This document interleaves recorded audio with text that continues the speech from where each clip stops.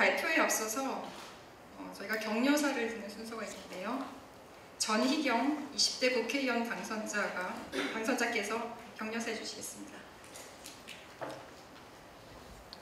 네, 안녕하세요. 20대 국회의원 당선자 전희경입니다. 인사드리겠습니다. 격려사라는 말씀은 맞지 않는 것 같습니다. 저는 이 자리에 배우러 왔고, 그리고 누구보다도 대한민국의 교육 그리고 우리 교과서 문제를 심각하게 생각하시고 연구해 오시던 분들, 또 직접 현장에서 활동가로 또 학부모로서 목소리를 내시는 정말 용감하고 또 역사에 의무를 다하시는 분들을 뵙게 돼서 제가 국회 개원을 앞둔 이 시점에서 정말 꼭 와야 되는 자리, 그리고 반드시 들어야 되는 이야기들을 들을 수 있는 그런 자리다 싶습니다. 많이 배우고 의정활동을 통해서 여러분들께서 염려하시는 부분들을 풀어나갈 수 있도록 제 소명을 다하도록 하겠습니다. 이 자리는 저에게 굉장히 뜻깊은 자리입니다. 이것이 헌정기념관인데요. 제가 지난 10월, 작년이죠. 지난해 10월부터 이제 본격적으로 대한민국을 달궜던 역사교과서의 좌편향의 심각한 실태를 이 자리에서 여러 국회의원분들과 또 새누리당의 당직자, 또 전국의 그런 계신 관심 있는 청중들께 이 자리에서 바로 이곳에서 말씀을 드렸던 그런 자리이기도 합니다. 그 후에 역사교과서 문제가 이제 심각하다는 것이 알려지고 국정교과서로 올바른 역사교과서를 쓰겠다라고 정부가 이제 방침을 정하고 집필에 들어가고, 이렇게 우리가 원하는 시계는 착착착착 진행이 되고 굴러가고 있습니다. 그런데 이번 총선 이후에 여소야대 국면이 펼쳐지면서 당장에 나오는 소리가 뭐냐?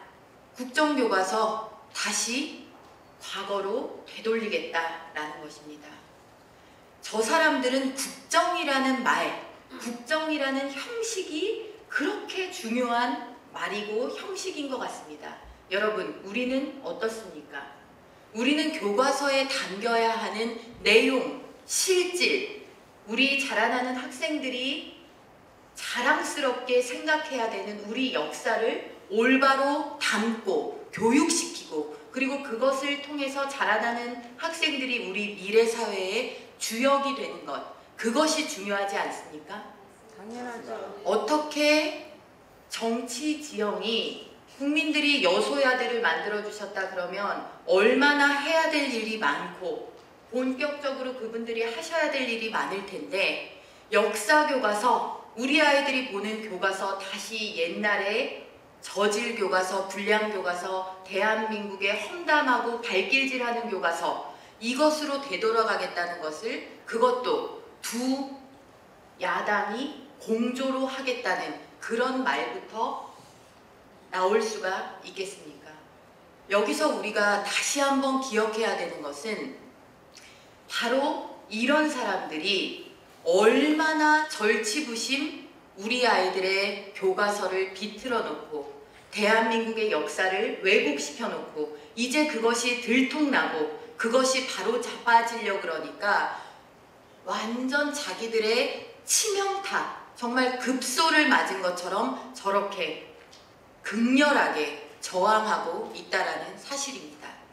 이것은 우리에게 새로운 각오와 목표를 다시 일깨워주고 있다고 생각합니다. 절대 물러서선 안 된다. 절대 후퇴할 수 없다. 우리가 가야 되는 길은 역사교과서 하나 바로잡는 문제가 아니라 우리 아이들에게 국가관과 더 나아가서는 세계관과 우리 아이들이 걸어가야 될 미래를 어둡게 하는 세력들과의 싸움이다라는 것을 우리가 분명히 되새겨야 한다는 것입니다. 저는 이제 국회에서 제가 여러분들과 해왔던 일을 하는 그 자리만 바뀌었을 뿐이지 하나도 달라진 건 없다라고 생각합니다. 여러분들께서 더 많은 입력을 주셔야 하고 여러분들께서 더 열심히 뛰어주시는 것, 제가 국회에서 받아서 국회의원으로서 할 수 있는 일들, 해나가는데 쓰도록 하겠습니다. 오늘 이 자리가 있기까지 정말 많은 연구와 노력을 해주신 분들, 그리고 뜻을 한데 모아주신 분들, 학부모의 이름으로 이 자리에 서 계신 여러분들께 깊은 감사를 드리고 여러분들 뵙게 된 오늘 이 시간이 저에게도 굉장히 기쁘고 용기를 얻어가는 시간입니다. 다시 한번 감사드립니다.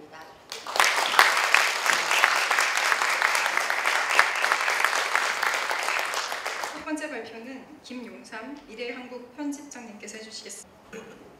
안녕하십니까, 김용삼입니다.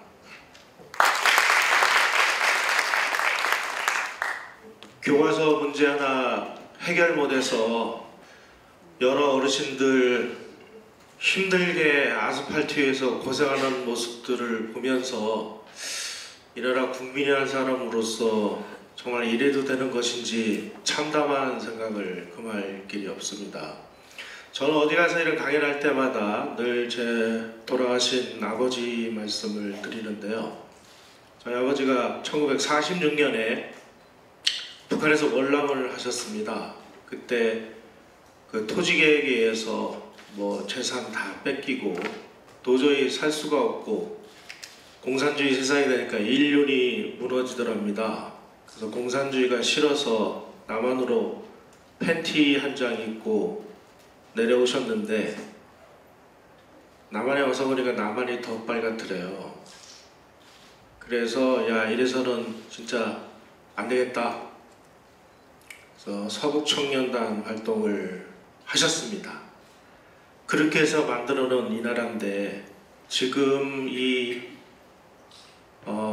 정치권이나 이런 데서 특히 문화계, 언론계 이런 데서 벌어지는 일들을 보면 이게 해방 후에 그 공간, 그런 모습으로 돌아가는 거 아닌가 하는 생각이 들고요. 이 교과서 문제가 무엇보다 중요한 것은 저렇게 그 편향되어 있는 내용, 대한민국의 이 역사를 정반대로 가르치는 이 교과서를 가지고 지금도 학교 현장에서 교육이 진행되고 있다는 점입니다. 오죽했으면 대통령까지 나서서 교과서를 새로 만들어야 된다. 방법이 없다. 국정교과서를 만들자. 일종의 극약 처방을 했습니다. 이 나라는 어떻게 된 나라인지 대통령이 나서서 명령을 해도 이거 하나 제대로 지금 진행이 안 되고 국정교과서가 많은 논란을 벌이면서 지금 만들어지고 있습니다만은 간간히 들리는 소식에 의하면 우리가 원했던 교과서가 아닐 수도 있는 쪽으로 지금 가고 있는 것 같아서 대단히 우려가 되고 좀 심각합니다. 아마 20대 원 그 국회가 개원이 되면 이 문제 가지고 또 한 번 아주 격렬한 싸움이 벌어질 텐데 과연 이 싸움에서 우리가 이겨낼 수 있을지 사실 좀 걱정이 됩니다. 제가 오늘 강의 드리려고 했던 내용들은 이미 제가 인쇄물로 다 나눠드려서 그 내용을 보시면 됩니다. 그 중에 핵심되는 내용만 말씀을 드리도록 하겠습니다. 우리나라 현대사에 있어서 굉장히 중요한 부분은 우리가 20세기 1945년까지 우리가 일본에 식민지 생활을 했다 하는 점은 뭐 다 알고 계실 겁니다. 1950년에 6.25가 터졌고 6.25가 나기 정확하게 2년 전에 대한민국이 건국이 됐습니다. 그런데 놀랍게도 20세기의 100년 동안 이 100년을 우리가 놓고 볼 때 1950년을 중심으로 해서 그 전반부, 그러니까 1901년부터 1950년까지는 전 세계에서 실패한 나라의 가장 전형적인 모습을 보였습니다. 우리가 나라가 망했죠. 일본한테 나라를 뺏겨서 식민지가 됐죠. 식민지에서 우리가 해방이 될 때도 우리 힘으로 해방이 안 되고 연합국의 힘을 우리가 빌려서 우리가 해방이 됐습니다. 그리고 좌우익의 극심한 대립, 분단, 전쟁, 그야말로 전 세계에서 실패한 나라가 보여줄 수 있는 버라이어티 쇼를 다 보여줬습니다.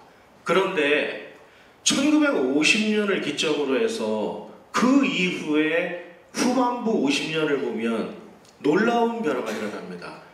전 세계에서 가장 그 성장을 빨리 해서 다른 나라들이 200년, 300년 걸려서 했다는 산업화와 근대화와 민주화 그리고 선진화까지를 우리가 이 50년을 통해서 거의 다 이뤄냈습니다. 도대체 1950년을 기점으로 해서 무슨 일이 벌어졌기에 전반부 50년은 실패한 국가에 전형해서 후반부 50년은 성공한 국가의 전형적인 모습을 냈는지, 바로 거기에 대한민국의 건국이라는 그 부분이 끼어 있습니다. 1948년 8월 15일 날 대한민국이라는 이 나라가 건국이 안 됐다면 과연 이런 변화가 있었을까요? 1945년에 우리가 해방이 됐을 때 한국의 상황을 알려주는 정말 비참한 자료가 있습니다. 1인당 국민소득이 35달러, 그리고 문맹률이 78%, 그리고 중등교육을 이상을 받은 고급교육을 받은 사람이 남북한을 통틀어서 2만 6천 명에 불과했다 하는 통계 자료가 있습니다. 78%의 문맹률이라는 것은 아마 상상이 안 가실 거예요. 전 국민 10명 중에 8명이 자기 이름자도 제대로 못 쓰는 이런 무지랭이 국민이었다는 뜻입니다. 자, 이런 상황에서 어떻게 나라를 건국하고 국가를 운영하고 이 나라를 지켜낼 수 있었을까요? 그 이후에 이승만 대통령, 박정희 대통령 시절에 우리는 거국적으로 문맹퇴치를 위해서 엄청난 노력을 합니다. 많은 돈을 씁니다. 그래서 전 국민이 각성을 했고, 그리고 우리 국민들이 나는 희생을 하더라도 내 자식만은 나보다 더 교육을 많이 받아서 나보다 더 좋은 세상에서 만들기를 바라는 마음에서 다 고생을 해가면서 공부를 시켰습니다. 심지어 어떤 그 좌파 역사학자는 이런 그 책까지 쓴 걸 제가 봤습니다. 한국이 한강의 기적을 이뤄낸 것은 암소에 시체들이 쌓아놓은 그 뼈다귀 위에서 성공한 것이다. 우리가 자식들 교육을 시키기 위해서 전부 소를 팔고 집을 팔고 이런 아주 모진 희생을 해가면서 우리 자식들을 교육을 시켰기 때문에 문맹률 78%의 나라가 현재 우리는 문맹률 0%에 이르는 이런 나라가 됐습니다. 일본 사람들이 36년간 한국을 식민 지배를 하면서 북쪽에다가는 공업시설을 좀 쳐놨고 남쪽에다가는 농사를 장려했습니다.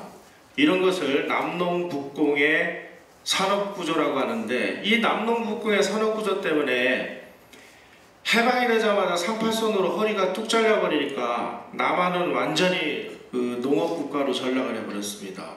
북한에서 전기를 얻었었는데 전기도 다 끊어져 버렸어요.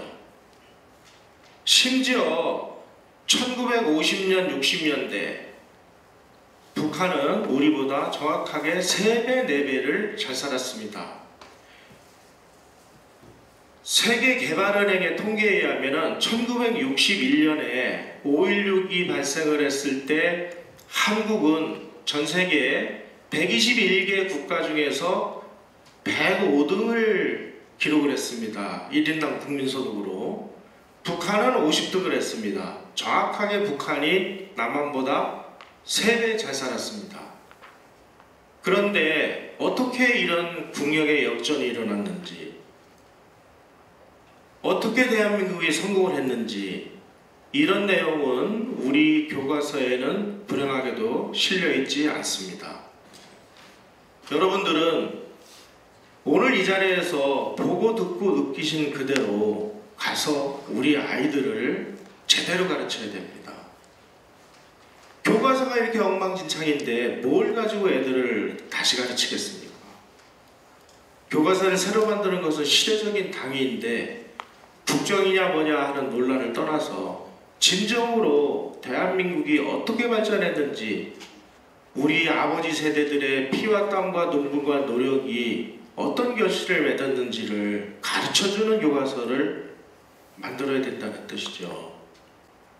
제가 이 자료 중에서 몇 가지 중요한 것만 말씀드리겠습니다. 아까 말씀드린 5.16 무렵의 한국의 상황이 바로 여기 나옵니다. 세계개발은행 통계에 하면 1961년 1인당 국민소득이 한국은 101번째로 82달러일 때 북한은 320달러였다. 또 한 가지, 1961년에 한국에서 5.16 박정희 대통령이 5.16 군사정변을 일으켰을 때 일본이 앞으로 한국이 어떻게 될 건지를 예측을 한 그런 자료가 있습니다. 일본의 한국 전문가들이 모여서 한국의 상황을 분석을 한 결과 군사장변이 일어나든 말든 한국은 다음과 같은 이유로 인해서 경제성장과 자립을 이루기는 절망적이다 이렇게 얘기를 했습니다. 7가지 이유를 들었습니다. 첫째, 인구가 너무 많다. 둘째, 자원이 부족하다. 셋째, 공업이 발달하지 않았다. 넷째, 군비의 압력이 너무 크다. 다섯째, 정치 수준이 아주 저열하고 민족 자본도 축적되어 있지 않고 마지막으로 행정 능력도 엉망진창이다. 따라서 한국은 희망 없다. 이렇게 결론을 냈습니다. 일본만 그런 게 아닙니다. 미국의 사례를 제가 보여드리겠습니다. 1960년, 그러니까 4.19가 나던 해입니다. 미국 외교전문지 포린 어페어스지는 이렇게 보도를 했습니다. 한국에서 경제기적이 일어날 가능성은 없다. 그리고 박정희 대통령이 5.16을 일으킨 직후에 미국 CIA가 남한의 장기 전망이라는 특별 보고서를 냈습니다. 그 특별 보고서에 뭐라고 되어 있느냐? 제가 그대로 읽어드리겠습니다. 한국의 정치 정세는 군부 민간 부분이 격렬한 갈등과 분파주의에 휩쓸릴 것이다. 쿠데타에 의한 정권 교체 가능성이 상존한다. 경제 전망은 심각하지만 희망이 없지는 않다. 미국 원조를 잘 사용하면 경제 성장률을 다소 높일 수는 있겠지만 그 성과는 잘해봐야 지지부진할 것이다. 이게 전 세계에서 가장 정보력이 뛰어나다고 하는 미국 CIA가 5.16 쿠데타 이후에 한국의 상황을 예측을 한 장기 보고서였습니다. 이런 정말 비참한 그 예측과 전망에도 불구하고 대한민국은 성공하지 않았습니까? 어떻게 성공했나요? 그 성공한 내용이 우리 교과서에 실려서 우리 아이들에게 지금 가르쳐지고 있나요? 우리는 지금 그 반대로 가고 있지 않습니까? 성공한 것을 성공하지 않았다고 얘기하고 그냥 비판하고 대한민국은 태어나지 말았어야 될 나라라고 이렇게 이야기하고 있는 게 현실입니다.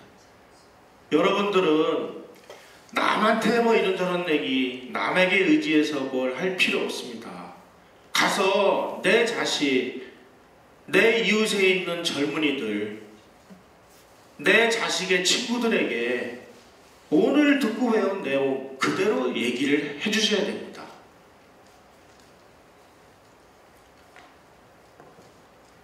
(1948년 5월 10일) 날 우리가 대한민국 건국을 위해서 제헌국회가 선거를 했는데 그 제헌국회 선거 깽판치기 위해서 4일 후에 5.14 단전이라는 것을 실시해서 남한이 암흑천지가 됩니다. 남한에는 뭐 발전소가 뭐가 없었으니까요.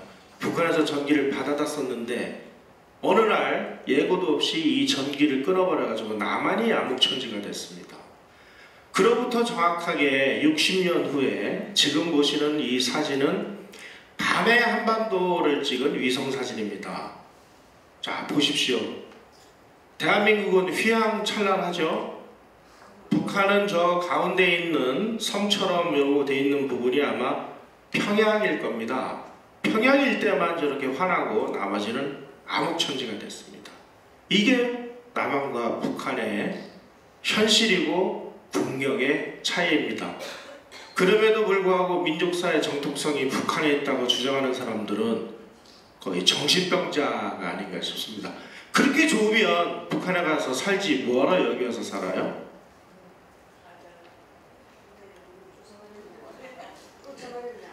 그래서 한국이 고속성장을 한 비결을 외국의 전문가들이 연구를 해서 내놓게 했는데, 그 중에 농지개혁, 교육혁명 이런 부분은 제가 자료로 만들어서 드렸으니까 한번 읽어보시면 되고요. 저에게 주어진 시간이 15분밖에 안 돼서 제가 이제 더 이상 그 말씀을 드릴 수가 없는 상황. 한 가지만 더 말씀을 드리겠습니다.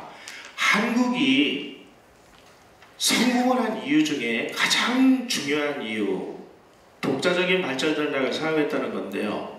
이것을 지식경제부 장관을 했던 최준경 장관은 청개구리 전략이었다 이렇게 얘기합니다.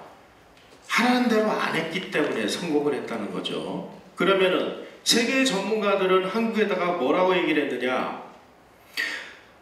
1953년 7월 달에 우리가 휴전을 해서 이제 전쟁이 끝났습니다. 그때 유엔의 한국재건단이 한국이 이제 벌어먹고 살아야 되니까 어떻게 먹고 살아야 되는지를 연구를 해달라. 그래서 내이산협회에다가 한국이 어떻게 먹고 살지를 연구해달라 하는 연구 요격을 줬는데요. 그게 내이산 보고서입니다. 내이산 보고서의 핵심은 뭐냐?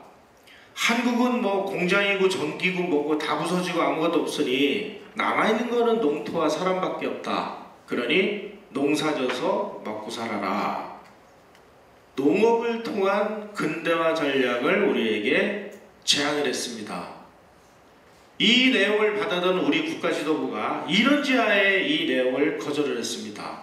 아니, 우리가 수천 년 동안 농사를 져왔는데 20세기 중반까지 이 나라 국민들 제대로 먹이지도 못해서 전 국민의 소원이 쌀밥에 고깃국을 배 터지게 먹어보는 게 소원인 나라인데 뭐 농업을 해서 근대화하라고? 야, 이 도둑놈들 사기꾼들, 이건 안 된다. 폐기 처분했습니다. 뭘 했느냐? 이승만 대통령이 1953년 4월 4일 날 내각에다가 특별 지시를 합니다. 앞으로 우리가 공업을 하려면 철강이 있어야 되는데 철강 공장을 져라. 그래서 없는 살림에 어렵게 철강 공장을 하나를 쳤어요. 오늘날 그 공장 이름이 인천에 있는 현대제철소의 인천 제철 공장입니다. 혹시 여러분 인천에 가실 기회가 있으면 현대제철소를 보시면 아, 저게 그때 이승만 대통령이 지었던 그 공장이구나. 이 철강 공장을 짓기 위해서 20명의 아주 우수한 엘리트를 뽑아서 서독으로 철강 유학을 국비로 보냈습니다. 이 사람들이 서독에서 유학을 하고 돌아와서 그 공장을 운영을 했고, 그리고 포항제철을 건설을 할 때 바로 이 사람들이, 우리 기술자들이 우리 손으로 최신의 철강 공장을 설계를 합니다. 오늘날 포항제철이 저렇게 세계에서도 경쟁력이 있는 철강 공장이 된 것은 이승만 대통령 시절에 그 길러냈던 그 인재들이 설계를 했기 때문이다 하는 점을 우리는 알아야 됩니다. 이런 식으로 전 세계의 발전 전략 전문가들은 한국은 근대화를 하려면 농업을 해야 돼, 너희들 농사를 져야 돼 라고 얘기할 때 우리는 다 반대를 하고 우리는 공업화 전략으로 나왔습니다. 1961년에 박정희 그 당시 국가재건 최고회의 의장이 케네디 대통령의 초청을 받아서 미국에 갔을 때 세계적인 발전 전략 전문가인 월터 로스도도 한국에다가 농업을 통해서 근대화를 해라. 박정희가 거부를 했습니다. 그리고 나서 한국이 성공을 했어요. 수출 주도형 공업화 전략으로. 나중에 보니까 한국이 자기네가 하라는 대로 안 해서 성공을 했단 말이에요. 자기네들이 하라는 대로 한 나라들은 다 망했습니다. 멕시코, 브라질, 아르헨티나 이런 나라들 다 망했어요. 나중에 보니까 한국이 성공을 하니까 이 사람들이 말을 바꿨어요. 한국이 성공한 이유는 자기네들이 하라는 대로 안 해서 성공을 했다. 만약에 그 사람들이 그 당시에 하라는 대로 했으면 우리는 지금도 농사나 져먹는 농업국가가 됐을 겁니다. 이런 어떤 위대한 결단들, 이런 것들이 모이고 모여서 오늘의 대한민국을 만든 것이고, 그래도 전 국민 중에 밥 굶는 사람은 없는 세상이 됐지 않습니까? 이런 모습을, 이 긍정적인 대한민국의 모습을 바로 여러분들이 전도사가 돼서 대한민국 곳곳에 퍼져나갈 수 있도록 힘을 모아주시기를 기대하면서 오늘 제 말씀 이것으로 마치도록 하겠습니다.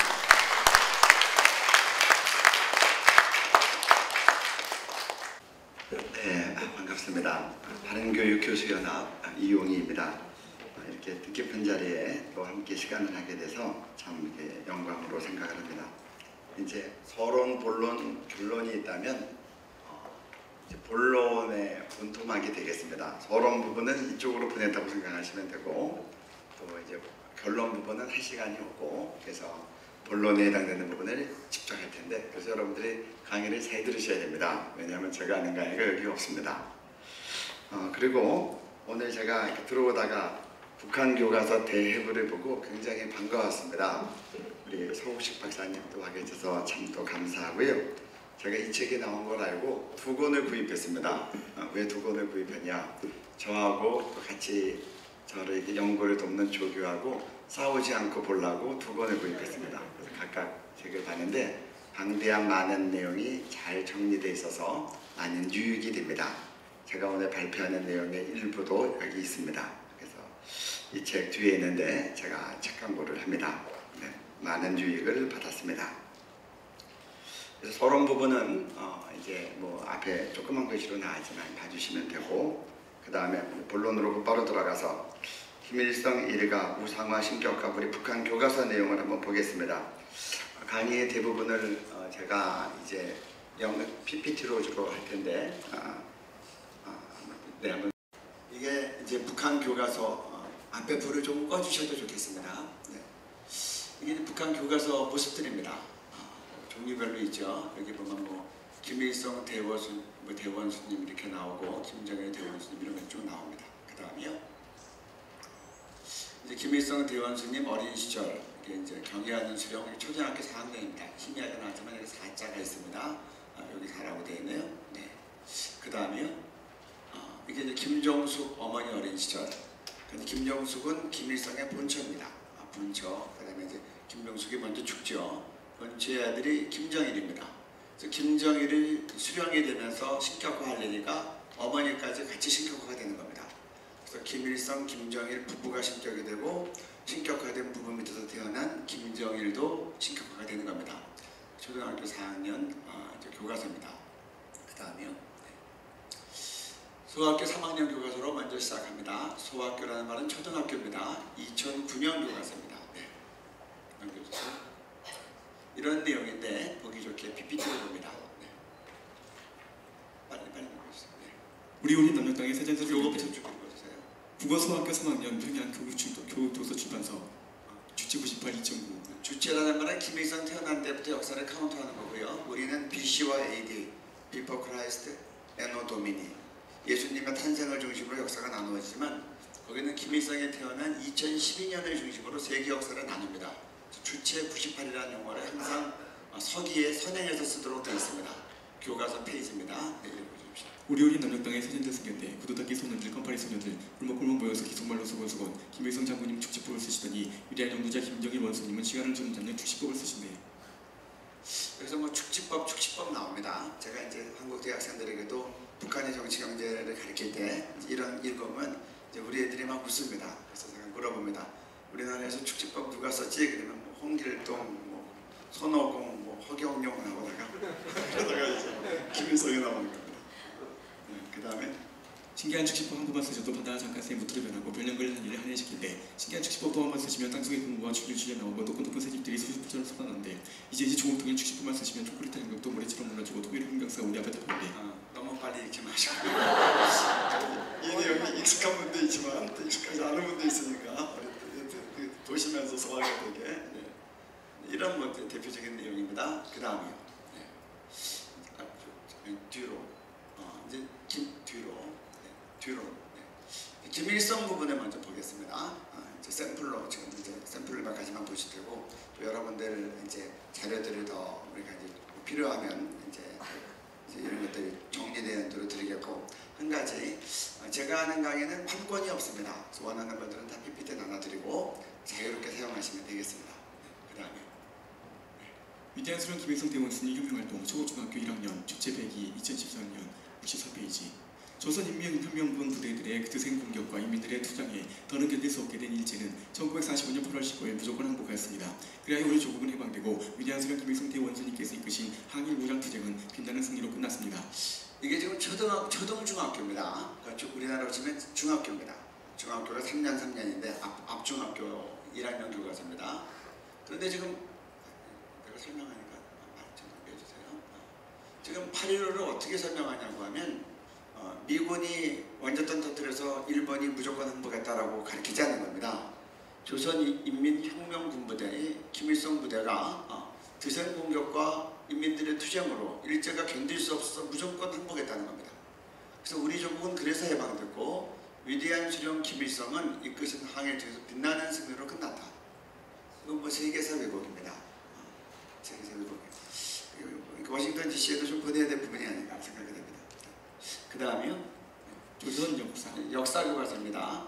지금 이제 북한 책을 보면 국어 책에 역사 왜곡과 신격화 우상화 부분이 매우 많이 들어가 있고 그다음에 역사 부분에 또 많이 들어가 있고 또 사회주의 도덕 이런 거 들어가면 이제 많이 들어가 있는 겁니다. 거의 그러니까 뭐 북한 교과서에서 역사 왜곡은 또 이제 사실 왜곡은 또 신격화 내용은 어느 한두 군데에서만 찾을 수가 없습니다. 네, 이거 한번 보겠습니다. 네. 설명절은 세배 설인사를 드리는 것으로부터 시작되었다. 오늘 우리 인민은 설날 아침에 경의하는 수령 김일성 대원수님과 위대한 영도자 김정일 원수님의 초상 앞에 꽃을 드리고 허리 굽혀 인사를 올리는 것으로부터 세배를 시작한다. 네. 이제 새해 첫날 할 때 첫 번째 하는 일은 뭐냐? 설날 아침에 김일성 대원수님과 김정일 원수님 초상 앞에 꽃을 드리는 거예요. 그리고 허리 굽히 인사를 올리는 것부터 시작한다고 하는데 영상 같은 걸 보면 허리를 정말 이렇게 90도로 이렇게 굽힙니다. 그리고 할머니들은 무릎 꿇고 절을 하세요. 네, 그 다음이요. 그리고 또 한 가지, 이 꽃 비용이 만만치가 않습니다. 만수도에 있는 23m 동상 옆에도 꽃을 갖다 놓고, 동네마다 있는 동상에도 꽃을 갖다 놓고, 심지어 집에도 새해 첫날씩 같은 꽃을 갖다 놓는 겁니다. 먹을 것도 없어 굶는 나라가 꽃까지 챙기려니까. 그 다음에. 네. 12살의 장수별, 동경, 조선청년사, 1980년 8에서 11페이지. 김일성 장군이 축지법을 비롯한 전신술, 장신술, 영신술을 마음대로 쓰시고 솔방울로 책탄을 만드시고 모래알로 쌀을 만드시며 가랑잎 한 장을 끼우고 대야를 건너가신다. 이런 이제 재밌는 부분들이 있습니다. 축지법을 비롯해서 전신술, 장신술, 영신술, 솔방울로 책탄을 만들고 보리알로 쌀을 만들어서 가랑잎 한 장을 띄우고 대야를 건너가고 김일성이 죽었기 때문에 아마 350만 명이 고난의 무대 굶어 죽은 모양입니다. 머리알로 쌀을 못 만들어서. 그 다음이요. 네. 김정일 부분을 좀 보겠습니다. 소학교 1학년 부분입니다. 네. 네. 위대한 원수님께서는 분한 마음을 참을 수 없으시었습니다. 그래서 먹으로 일본 땅을 새까맣게 칠해놓으셨습니다. 그러더니 이날 일본 땅에는 정말 놀라운 일이 생겼습니다.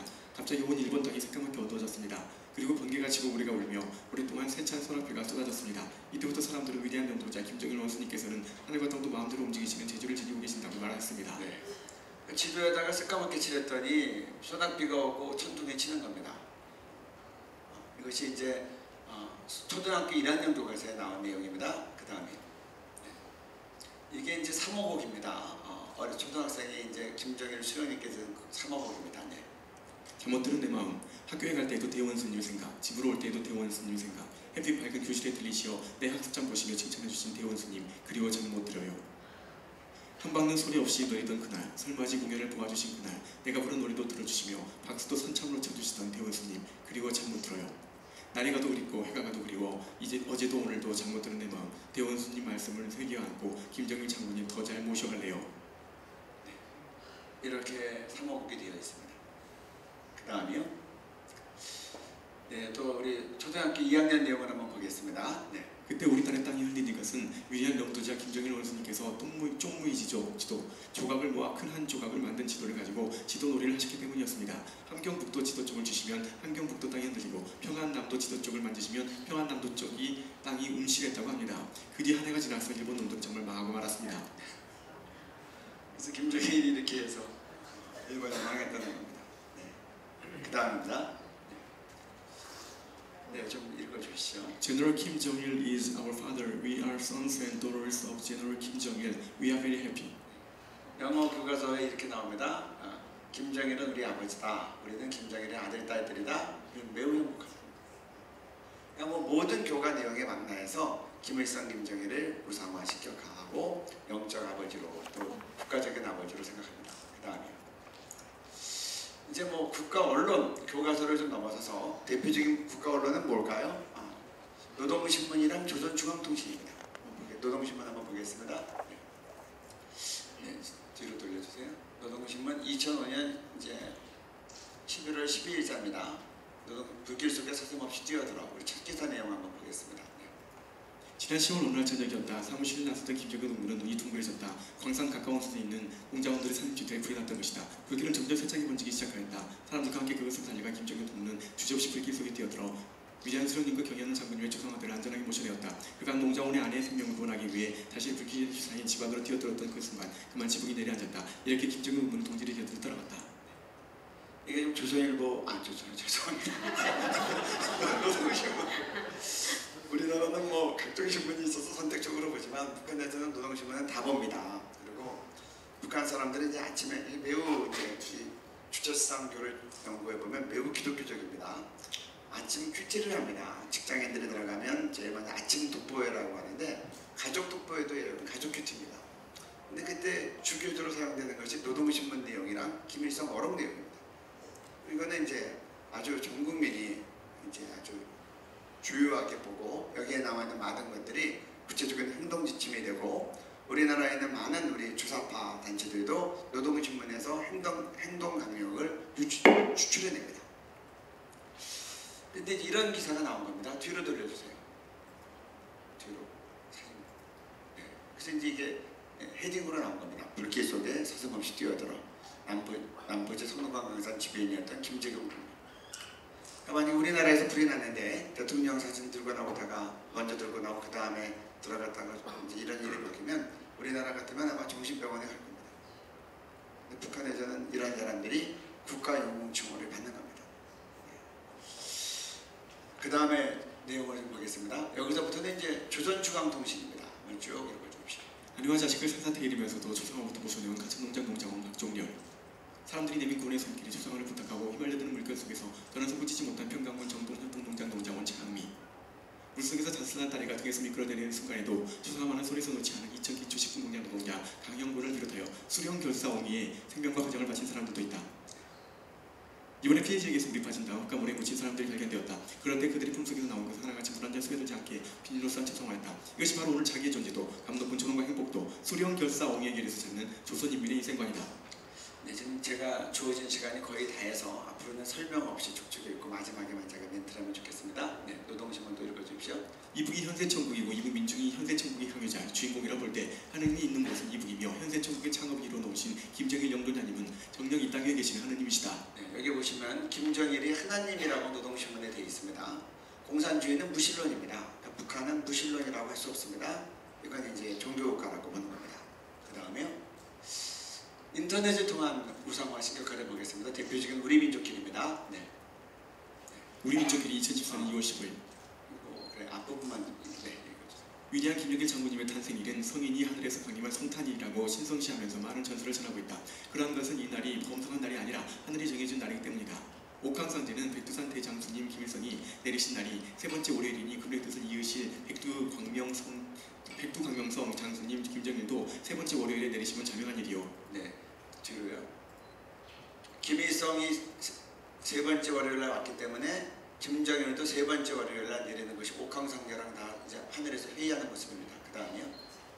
이는 곧 21세기의 태양을 말하는 것이니 내리실 성인이 20세기를 밝혀줄 태양이시라는 의미를 담고 저함이로다. 옥황상제의 말이 떨어지자 백옥루의 선녀들이 백두산의 광명성 장수님이 내리실 날을 2월 16일로 정하노라 하고 이 시합청의 경사의 날을 하늘 땅과 온 우주에 알리었다. 네, 이게 지금 김정일 얘기하는 겁니다.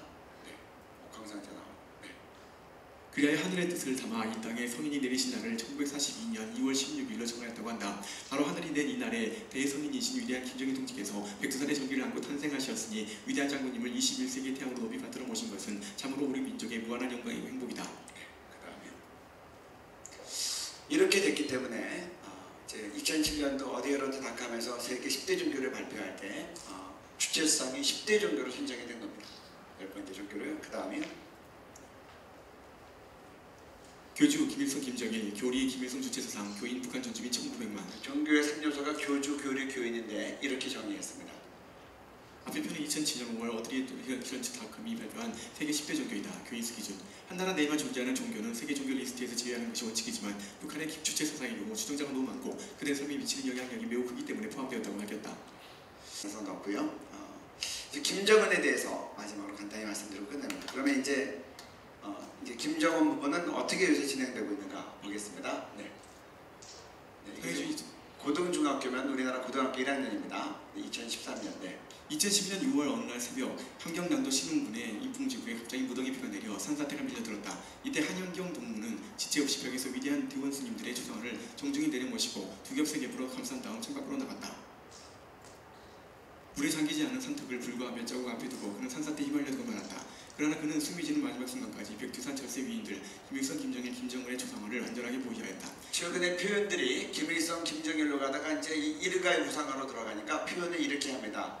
백두산 절세 위인들, 그러면 김일성 일가에 김일성, 김정일 등이 포함됩니다. 네. 우리는 한영경 학생이 높이 발휘한 수령결사 위의 정신의 모범을 본받아 경애하는 원스님을 받드는 길에서 자기의 몸을 다해 나가야 한다. 나어린 우리들도 자신의 전으로 동지로 불러주시는 경애하는 김정은 원수님의 감높은 믿음을 가슴에 새기고 경애하는 김정은 원수님을 결사옹이하는 천경만경의 성세, 방패가 되어야 한다. 나이 어린입니다. 뒤로 돌려주세요. 뒤로. 그래서 뒤로 돌려주세요. 지금 요거가 빠졌죠?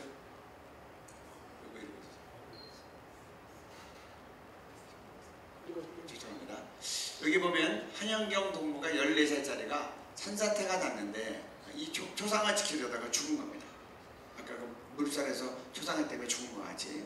그래가지고 이 한영경 동무를 계속해서 이제 추앙하는 내용이 들어간 겁니다.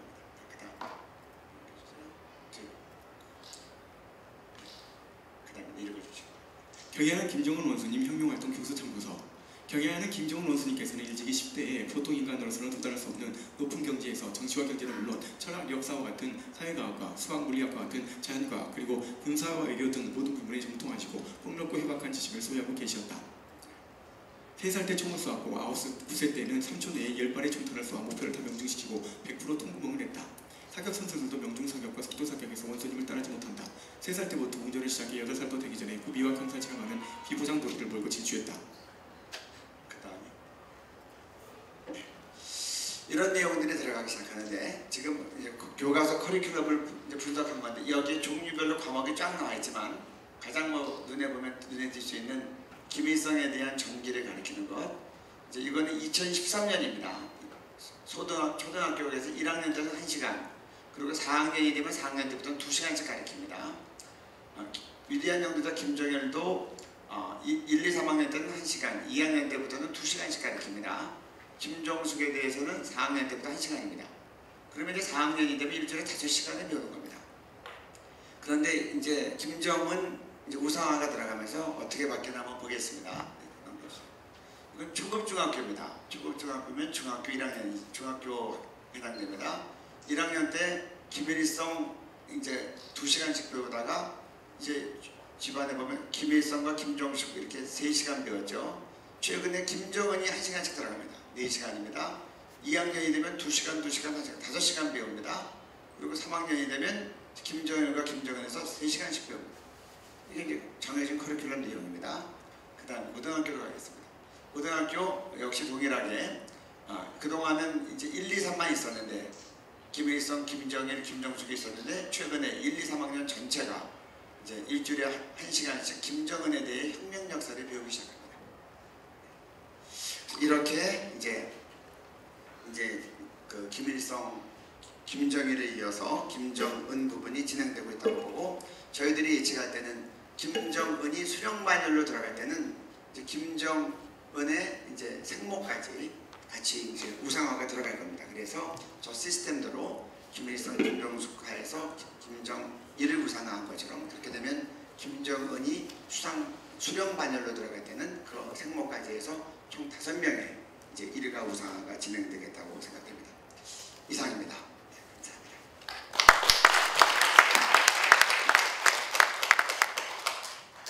다음은 KDY 교과서 분석 연구의 연구위원들의 발표 순서인데요. 박은희 연구위원부터 순서대로 나옵니다. 현행의 검인정 역사교과서는 교학서를 제외한 7종 모두 다양성을 찾아보기 힘듭니다. 하나같이 친북 반국가적으로 좌편암 획일화되어 있습니다. 이는 분단 이후 70여 년간 계속되어 온 북한 정권의 남남 갈등, 반미 반환이라는 대남 공작에 의해 대한민국이 이념 역사 전쟁에서 완패했다는 증거물입니다. 또한 교육과정, 집필기준, 교과서 출판에 이르기까지 전 과정을 일부 역사학계가 독과점하고 있는 심각한 구조는 국가가 나서서 정상화하는 것 외에 다른 길이 없었다는 것입니다. 그렇기 때문에 단지 검정이냐 국정이냐의 형식에 대한 문제를 가지고 일부 정치권에서 반국정교과서 운동으로 국민을 선동하는 것은 매우 무책임하다고 생각합니다.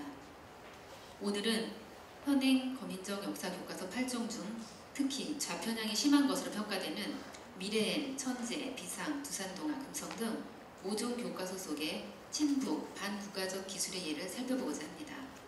첫째, 미래엔 교과서 350쪽에서는 김정일의 권력 세습에 대해 김정일은 아버지 김일성이 사망하면서 북한의 최고 권력자가 되었다. 김정일은 주석 자리를 비워놓은 채 국방위원장의 직함으로 군대가 사회를 이끈다는 선군 정치를 내세웠다라고 서술하고 있습니다.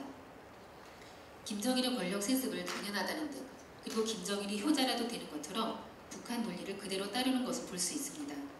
둘째, 제2차 세계대전 후 세계체제를 자유민주주의와 공산주의 혹은 전체주의 간의 대립 및 대치관계로 접근하는 것은 매우 중요한 문제입니다. 그러나 교과서는 자본주의와 공산주의 대립으로 보고 있습니다. 대한민국의 건국 과정은 자유민주주의에 대한 긍정적 평가와 북한 정권의 공산주의에 대한 비판적 평가를 사실에 기초하여 분명히 하므로 학생들에게 자유민주주의 체제의 긍정적 시각을 갖도록 기술해야 합니다. 국사 교과서의 가장 중요한 목표는 학생들이 국가와 체제에 대한 긍정적인 생각과 애국심을 갖도록 유도하는 것입니다. 북한의 공산주의를 상대로 한국의 자유주의 세력이 사활을 걸고 대결하는 조건에서 국가가 국사 교과서에 자유민주주의와 우방국에 대한 확신과 긍정적인 평가를 제외하도록 한 것은 자기 상실과 자기 부정의 극치입니다. 셋째, 북한 정부 수립을 서술한 부분을 보면 두산동화 273쪽에서 마침내 1948년 8월 15일 대한민국 정부가 출범하였다. 8월 25일에는 남북인구 비례에 따라 최고인민회의 대의원을 뽑는 선거를 실시하였다. 북한과 남한에서 선거로 뽑힌 대의원들은 1948년 9월 최고인민회의를 열어 헌법을 만들고 김일성을 수상으로 선출하였다. 9월 9일에는 내각을 구성하고 조선민주주의 인민공화국 수립을 선포하였다라고 되어 있습니다. 대한민국은 정부가 출범했다고 한 반면 북한은 조선민주주의 인민공화국 수립으로 마치 북한 정권이 국가로서 정통성을 가진 것처럼 기술하고 있습니다. 더욱이 심각한 거짓은 이 부분은 마치 북한이 남북한 인구 비례에 따른 정상적인 선거를 통해 합법적으로 수립된 국가인 것처럼 서술하고 있다는 것입니다. 당시 남쪽에는 지하공산당 조직, 남노당이 있었을 뿐입니다. 그들의 지하투표를 포함한다는 것으로서 대한민국 정부 자체를 부인하는 기술입니다. 또한 이것은 흑백 투표함에 의한 찬반 공개로 강압 조작된 엉터리 날조 선거였음을 밝히지 않고 있습니다. 넷째, 6.25 당시 중공군을 중국군으로 북한에서 사용하는 용어를 사용하고 있습니다. 1992년 수교 전까지 중국을 나라로 인정하지 않았기 때문에 역사서에 그 시대 용어를 사용하는 것이 원칙인데, 이 원칙을 어겼을 뿐 아니라 누가 우방이고 누가 적인지 구별 못하게 하는 서술입니다.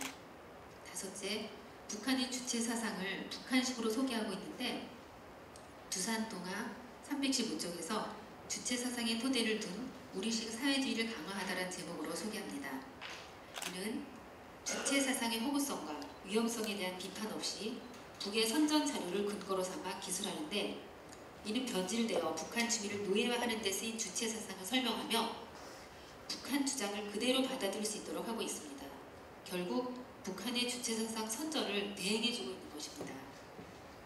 여섯째, 북한이 대남 도발에 대해서 축소 은폐하고 있는데, 1.21 청와대 침투 사건, 푸에블로 사건, 삼척울진 무장 간첩 침투 사건, 유경수 여사 시해, 아웅산 테러, 대한항공기 폭파, 제2연평해전, 천안함 북침 등 북한의 대남 도발에 대해서는 하나도 언급하지 않는 교과서도 일종이 있고, 대부분의 교과서가 한두 개 정도만 가벼운 사건처럼 기술하고 있습니다. 천재, 미래인, 비상, 두산동화, 금성, 특히 이 5종의 좌편향이 심각한 거민적 교과서는 정도 차이만 있을 뿐 대한민국에 대한 평가는 박하고 북한에 대한 평가는 후합니다. 분단의 책임도 남한에, 통일을 달성하지 못하는 책임도 남한에 돌립니다. 북한은 자주와 주체의 땅이고 대한민국은 친일, 친미, 기회주의 땅이라는 식의 맥락인 것입니다. 따라서 돈으로 사는 평화라도 평화라면 좋은 것이고, 통일도 저들의 비위를 맞출 수만 있다면 어떤 이념을 바탕으로 하든 대순양식입니다. 이런 교과서는 학생들로 하여금 북한 정권을 이성국가, 합리적 대화가 가능한 국가라고 인식할 수 있는 길을 열어줍니다. 분단국, 휴전국의 국민으로 살아가는 학생들에게 갈라진 책임은 어디에 있는지, 우리의 적은 누구인지, 앞으로 저들을 어떻게 상대해야 하는지를 가르치지 못한 역사 교과서는 역사도 아니고 교과서도 아닙니다. 일곱째, 계급투쟁적 사과를 보여주는 기술을 볼 수 있습니다. 5종 대부분의 좌편한 교과서에서는 경제 발전이 기여한 기업인과 산업에 대해서 당시의 정부에 대해서는 긍정적 평가가 거의 없는 반면, 노동운동가 전태일, 민주항쟁의 희생자 이한열, 박종철에 대해선 지나치게 비중 있게 다루고 있는 것을 볼 수 있습니다. 그리고 기업과 기업가에 대한 서술은 부정적인 내용이 압도적입니다. 우리 대한민국은 세계에서 가장 가난한 나라에서 이런 근대 공업 국가로 도약하여 이른바 한강의 기적을 만들어냈습니다. 이러한 경제 기적에는 1967년대, 60년, 70년대의 정부 주도적 개발 전략이 있었기 때문입니다. 또한 조국 근대화에 헌신적인 노력을 기울였던 기업가와 뜻을 같이 하는 근로자의 동참이 없었다면 이러한 기적은 불가능했을 것입니다. 이렇게 기업인과 당시 정부에 대해서는 무자비하고 탐욕스러운 탄압가로만 묘사해놓고서 이들의 저항하는 노동가, 민족만을 영웅처럼 묘사해놓은 교과서의 이런 기술 방식은 계급 투쟁적 사관에서 기인합니다. 좌파는 노동자, 농민, 민중 같은 특정 계급이 세상의 주인이 되어야 한다고 생각합니다. 그러나 이는 대한민국 헌법에 위반됩니다. 대한민국은 인간 생명의 존엄성과 개인주의에 기초한 자유민주주의와 법치주의를 채택하여 헌법을 우선시하는데, 좌파적 관점에서 쓰인 교과서는 자연히 이승만, 박정희, 군인, 기업인들보다 노동자, 농민들을 우대합니다. 대한민국은 세계가 놀랄 60여 년의 압축 성장을 이뤄냈습니다. 세계 최빈국에서 벗어나 원조를 주는 국가로 성장했으며 민주화까지 성공시킨 나라입니다. 정치와 경제, 두 축 모두를 우리처럼 빠른 시간 내에 성공시킨 국가는 세계에서도 유례를 찾기 어렵습니다. 그러나 현행 역사 교과서들은 산업화 시대를 평가하면서 경제 발전은 이루었으나 노동자들의 삶이 피폐해지고 도시화로 인간 소외가 발생했고 자본주의는 약육강식의 경쟁과 피로사회를 가져왔다는 태도로 기술합니다. 결국 이런 교과서로는 기업과 노동자를 갈등론적 시각에서 기술하고 학생들에게 기업가 정신, 국제사회로 뻗어나갈 포부를 심어주지 못합니다. 또한 비상출판사는 제6장 대한민국의 발전과 현대 세계의 변화라는 현대를 기술하는 첫 페이지부터 광주 시위를 말하면서 63페이지에 걸쳐서 무려 17개의 시위 내용을 반복해서 수록하고 있는데, 찬탁 및 반탁 시위, 4.19 시위, 교수 시위, 학생 시위, 한일회담 반대 시위, 5.18 광주 시위, 이한열 연결 시위, 외국 민주화 시위, 수입 개방 반대 시위, 농민 시위, 독도 관련 반크 시위, 6월 10일 민주화 시위 등의 사진을 실으면서 한국 현대 역사를 시위 역사로 잘못 이해하도록 정부에 대한 저항과 시위로 인해서 대한민국이 발전했고 세계 변화에 적응한 것으로 만들고 있습니다. 여덟째, 친소, 지나친 반미적 서술 태도를 볼 수 있습니다. 금성출판사 364쪽에서는 미소의 한반도 분할 점령과 38선 확정에 대해 한반도에서 소련군이 예상보다 빠른 속도로 남하하자 미국은 이를 견제하기 위해 38도선 분할 점령안을 소련에 제안하였다. 소련은 미국과 갈등을 빚을 필요가 없다고 판단하여 분할 점령안에 동의하였다. 이로써 한반도에 38도선이 설정되었다 라고 하면서 미소 분할 점령을 미국의 소련군 한반도 단독 점령 우려 때문으로 서술하고 있습니다. 같은 교과서 382쪽에서는 미 군정을 부정적으로 표현하고 미국 원조에 대해서도 비평적 평가를 볼 수 있습니다. 그 과정에서 한국 경배의 미국에 대한 의존도는 더욱 심화되었으며 밀과 면화 등 일부 품목의 국내 생산은 큰 타격을 입기도 하였다라고 되어 있습니다. 이것은 미국의 농산물 원조에 대한 근거 없는 악의적 왜곡입니다. 그때 미국의 원조가 없었다면 수많은 국민들이 아사했을 것입니다. 반면 공산국가들의 북한 원조에 대해서는 아무런 평가 없이 서술하고 있습니다. 아홉째, 통일의 과정도 북한의 입장과 비슷하게 기술되어 있습니다. 초등학교 도덕교과서 6학년 4단원 88페이지에 통일을 이루기 위한 과정을 화합, 연합, 통일 3단계로 말하고 있습니다. 1단계 화합으로서 남북한이 대립관계를 넘어 서로를 인정하고 함께 발전하기 위해 여러 가지 교류와 협력을 합니다 라고 되어 있고, 2단계 연합으로서 남북한이 서로에 대한 믿음을 바탕으로 평화로운 관계를 맺으며 하나의 공동체를 이루기 위한 여러 가지 제도와 기구를 만들어 운영합니다 라고 되어 있으며, 3단계 통일로서 남북한 의회 대표들에 의해 마련된 통일헌법에 따라 민주적인 선거를 통해 통일정부와 통일국회를 구성하고 여러 제도와 기구들을 통합하여 완전한 통일을 이룹니다 라고 되어 있습니다. 그러나 여기에는 가장 중요한 전제 조건이 빠져 있습니다. 북한이 우리처럼 민주화되어야 한다는 것입니다. 그것이 교과서에 명시되어야 합니다. 북한의 독재 정권 체제가 변하지 않고 이런 식으로 통일 대통령을 뽑는 남북한 총선을 한다면 북한은 99.98% 투표율에 북한 후보 100% 지지, 몰표가 나오게 되고, 남한은 50% 투표율에 여러 후보에게 표가 분산되므로 북한 후보가 통일 대통령으로 선출될 것이고, 국회에서도 북한 노동당이 제1야당이 될 것인데, 이런 위험성을 간과한 채 초등학교 교과서가 기술되어 있습니다. 수정되어야 합니다. 우리 모두가 방심하는 사이에 곰팡이처럼 교과서 속에 북한의 논리가 숨어 들어와 있습니다. 이처럼 북한을 대변하는 듯한 내용들이 교과서 속에서 제거될 수 있도록 학부모와 교사는 열심을 내야 합니다. 그래서 우리나라의 학생들이 자유 대한민국에 대한 긍정적인 생각과 애국심을 갖게 되면 올바른 교과서로 교육을 받을 수 있어야 합니다.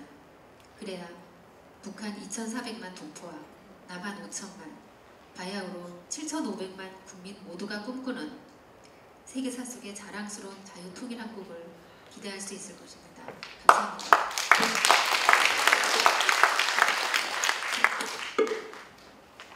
안녕하세요. 저는 그 초등학생 역사 도서 자편학식을 조사했는데요. 그렇게 조사하게 된 계기가 있습니다. 그 초등학교 3학년짜리 남자아이를 키우는 친구가 하나 있는데, 그 친구가 어느 날 친구의 그 아들이 역사적으로 전혀 아무 인식이 없는 그 아들이 갑자기 우리나라는 나쁜 나라야 라고 하더랍니다. 그래서 깜짝 놀라가지고 뭘 하고 있길래 그러나 봤더니 용 선생의 시끌벅적 한국사라는 책을 보고 그러더라는 겁니다. 이 책은 현재 초등 한국사 분야에서 판매 1위를 놓치지 않고 있는 아주 인기가 많은 책인데요. 작년에 그 국정교과서 문제로 논란이 있을 때 그 현재의 그 검인정 교과서가 좌편향되어 있다는 그 현실을 제가 깨닫고 또 우리 아이들이 봐야 하는 교과서에 관심을 가지게 되는 엄마로서 어떻게 초등학교 3학년이 역사인식이 전무한 그런 아이가 단 한 권의 책으로 그렇게 우리나라는 나쁜 나라다라고 규정짓게 하는 이 현실이, 이 상황이 굉장히 심각하게 다가왔습니다. 그래서 제가 이 책도 궁금하고, 또 제가 아이가 둘이 있는데 중학교 3학년, 초등학교 5학년 이제 한국사를 배워야 될 시점인데 참고 도서도 필요하기도 해서 제가 도서관을 찾아봤습니다. 용인과 성남에 있는 두 곳인데요. 이곳은 아주 인지도가 높고 아주 잘 되어 있다고 소문이 자자한 그런 곳이었습니다. 제가 이곳에 가서 책을 훑어보면서 놀란 점이 두 가지가 있었는데, 한 가지는 초등학생용 역사책이 굉장히 종류가 많은 거에 놀랐고, 또 하나는 거의 뭐 100%라고 해도 과언이 아닐 정도로 이 많은 종류의 책들이 거의 다 좌편향되어 있다는 사실입니다. 제가 몇 권을 추려봤는데요. 다음 본책은 다음과 같습니다. PPT 자료 보시면 제가 설명해 드리겠습니다. 용 선생의 시끌벅적 한국사 10권입니다. 선한 이미지의 선생님과 친근한 캐릭터의 아이들이 등장하여 이야기를 이끌어갑니다. 아이들 눈높이에서 호기심과 질문들 그 자체가 책을 읽는 어린 독자들로 하여금 자연스럽게 공감대를 형성하여 동조하게끔 만드는 장치가 됩니다. 사회주의, 공산주의 대립개념으로 자유민주주의 대신 자본주의라고 기술하고 있는데, 자본주의의 문제점은 언급하면서 사회주의, 공산주의의 부작용과 폐해는 언급하고 있지 않습니다. 좌익은 농민을 위한 합리적이고 선한 집단으로 그렸지만 실제 무상 몰수 후 무상 분배하지 않은 북한의 토지개혁은 사실대로 서술하지 않으면서 우익은 전혀 농민을 안중에도 두지 않는 집단으로 그리고 있으며 친일파 처벌에 관심 없는 것으로 묘사하여 현재 우익을 친일파로 공격할 빌미를 아이들에게 은연중에 심어주고 있습니다. 김구는 분단이 웬 말이냐로 이승만은 대통령은 나밖에 없어 라는 식으로 묘사하고 있습니다. 이승만 정권하에 우리 국민들 모습을 김씨 전체주의 하에 북한 주민들과 똑같이 그리는 등 이승만에 대한 부정적인 이미지를 쏟아붓고 있습니다. 건국 대통령 이승만이 자유민주주의를 지켜 이 나라를 살리려는 노력과 결실에 대한 기술은 전혀 없고 오로지 잘못한 일들에만 초점을 맞추어 역사관이 막 형성되어가는 어린아이들에게도 이승만을 나라를 망친 욕심쟁이 독재자로 각인시키고 있습니다. 박정희에 대한 기술도 역시 마찬가지로 지금까지 세계적으로 격찬받고 있는 새마을운동에 대해 부정적인 모습을 더 강조하는 듯한 그림이 인상적입니다. 이 책에는 현재 논란의 중심에 있는 국가인권위원회도 국민의 자유와 인권을 보장하는 일을 도맡아 하고 있는 듯이 미화하고 있습니다. 다른 책들을 보면 그래도 용 선생은 비교적 덜 치우친 편이구나 싶습니다. 좌편향 단체로 유명한 전국 역사교사 모임에서 만든 책들 중 저의 눈에 띈 책들만 해도 행복한 한국사 초등학교, 초등학생을 위한 맨 처음 한국사, 초등학생을 위한 맨 처음 근현대사, 어린이 살아있는 근현대사 교과서, 그리고 어린이 살아있는 한국사 교과서 등 5권이나 됩니다. 다음은 어린이 살아있는 한국사 교과서 5권입니다. 책 제목에 교과서라는 타이틀을 붙인 이 책에서도 2차 세계대전 이후 동유럽이 공산화되는 현실에서 친일 척결보다는 반공을 우선할 수밖에 없었던 이승만을 과거 친일 여부도 따지지 말자라며 친일파 제국주의자로 그리고 있습니다. 이승만의 농지개혁은 세계적으로 성공한 사례임에도 사실을 무시하는 기술을 하고 있고 제주 4.3 폭동이 명백한 국가 반란임에도 본질보다는 과잉진압이라는 현상에 포커스를 맞춰 진실을 왜곡하고 있습니다. 전후 폐허나 다름없었던 우리나라에 원조를 해준 미국이 어차피 남는 것을 준 것뿐이라며 폄하하고 있으며 원조가 경제발전을 더디게 만든 원인이라고 서술하고 있습니다. 전쟁 당시의 상황은 안중에도 없고 정부가 국민보다 먼저 도망갔다고 어이없어하는 기술이 있는데 세계 어느 나라 대통령이 전쟁이 났는데 국민보다 먼저 적에게 죽임당하는 것을 올바른 소득이라고 할지 의문이 듭니다. 나라를 어떻게든 일으켜보겠다고 발버둥친 지도자는 민족의 고통을 헐값에 팔아넘긴 나쁜 이미지로 묘사되고 있습니다. 온통 독재와 부정부패의 역사 투성이고 그에 맞선 민주화 운동만이 절대 가치인 듯 그려져 있습니다. 세계를 놀라게 한 경제성장도 오직 노동자와 농민들의 노력 덕분이라고 기술하고 있습니다. 진정 대한민국이 독재와 부정부패로 얼룩진 역사라면 어떻게 단시간에 경제성장과 민주화를 동시에 이룬 대표적인 국가로 칭송받을 수 있었겠습니까? 정말 그들의 말대로 오늘날의 대한민국이 기업가들의 헌신과 국가의 뒷받침 없이 오로지 노동자와 농민의 노력으로만 이루어진 성과란 말입니까? 수백만의 아사자를 낳은 북한의 열악한 인권 현실은 안중에도 없고 오로지 북한을 긍정적으로 묘사하기에 바쁩니다. 그럼 어떻게 저들이 말하는 합리적이고 선한 공산주의 체제의 북한에서 수많은 아사자를 양산하고 어느 나라에도 없는 극악한 정치범 수용소가 존재할 수 있을까요?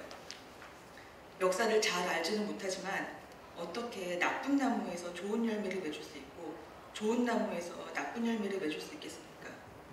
이러한 진실을 무시하고 아이들에게 거짓 역사관을 심어주고 있는 현실이 엄마인 저희를 이 자리에 서게 했습니다. 이번엔 저와 전혀 생각이 다른 엄마의 또 다른 글을 소개합니다.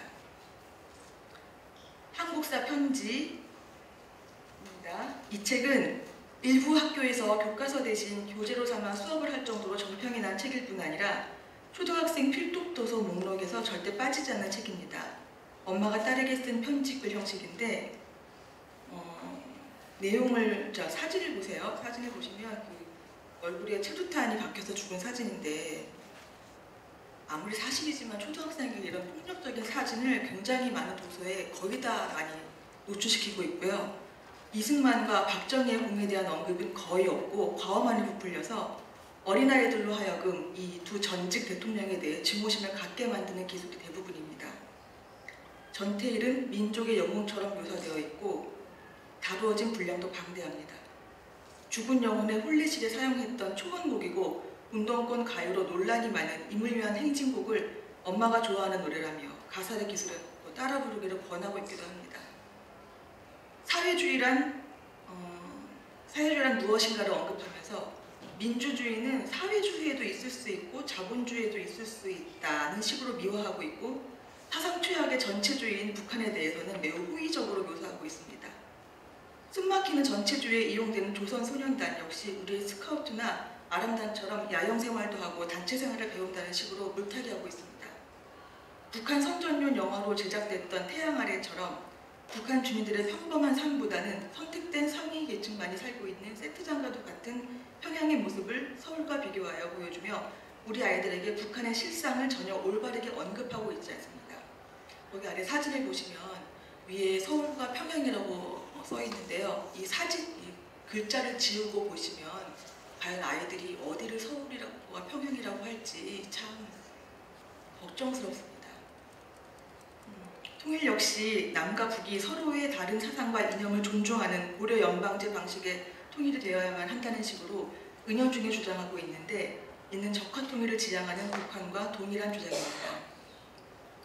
그 다음 책은 순간포착 한국사 명장면 3권입니다.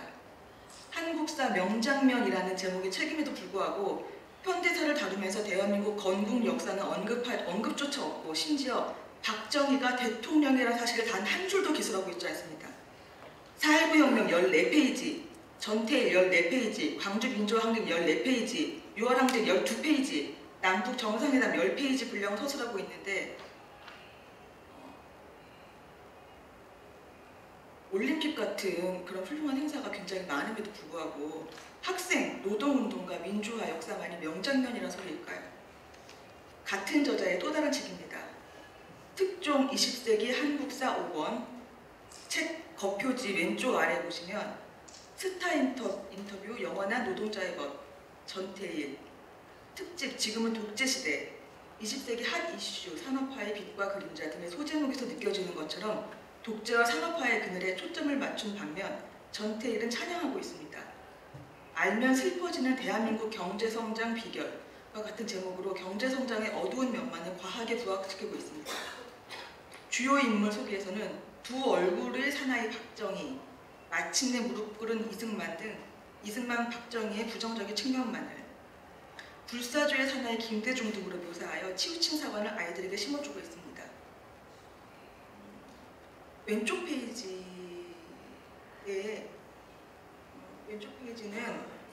박정희로 인해 민주주의는 질식 상태에 빠졌고 인권은 어두운 구렁텅이에 처박혔다며 기술하고 있고, 오른쪽 페이지는 역대 최악의 독재자로 못 박았고 수출이 산업화 시대의 신생 종교이며 박정희가 교주라는 식으로 기술하고 있습니다.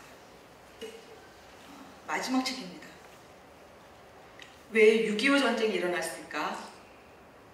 가상법정에서 벌어지는 교과서 속 역사 이야기인데, 원고 이승만과 그의 변호사, 그리고 피고 김일성과 그의 변호사, 그리고 판사가 등장하여 서로의 주장을 펼치는 새로운 구성의 책입니다.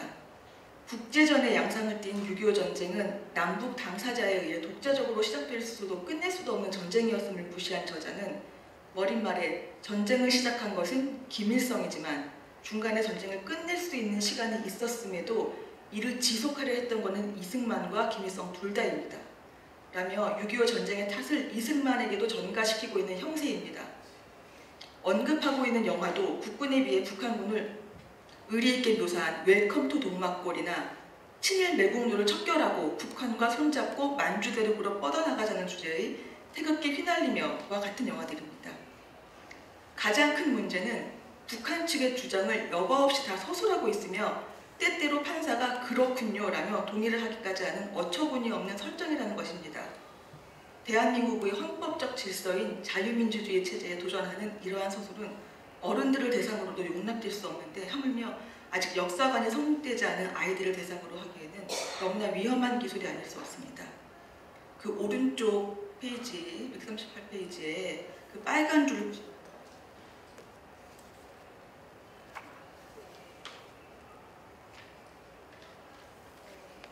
결국에는 이 모든 것이 다 남한 탓이라는 그런 서술입니다. 결국에는 판결문을 통해 6.25 전쟁이 김일성의 의지만으로 일어난 것이 아니라며 북한에게 은근슬쩍 면죄부를 주고 있습니다. 제한된 시간으로 인해서 도서들을 다 보여드릴 수 없어 아쉽지만 오늘 사진으로 보여드리는 책들은 실제 하는 양의 3분의 1이라고 자료에는 써있지만 실제로 5분의 1 정도로 밖에 안 될 정도로 아주 방대한 양입니다. 그리고 중복되는 저자들이 상당히 많고 특히 교사 모임, 연구소라는 이름으로 저술된 책이 많은 것이 특징입니다. 책들을 쭉 보시고요.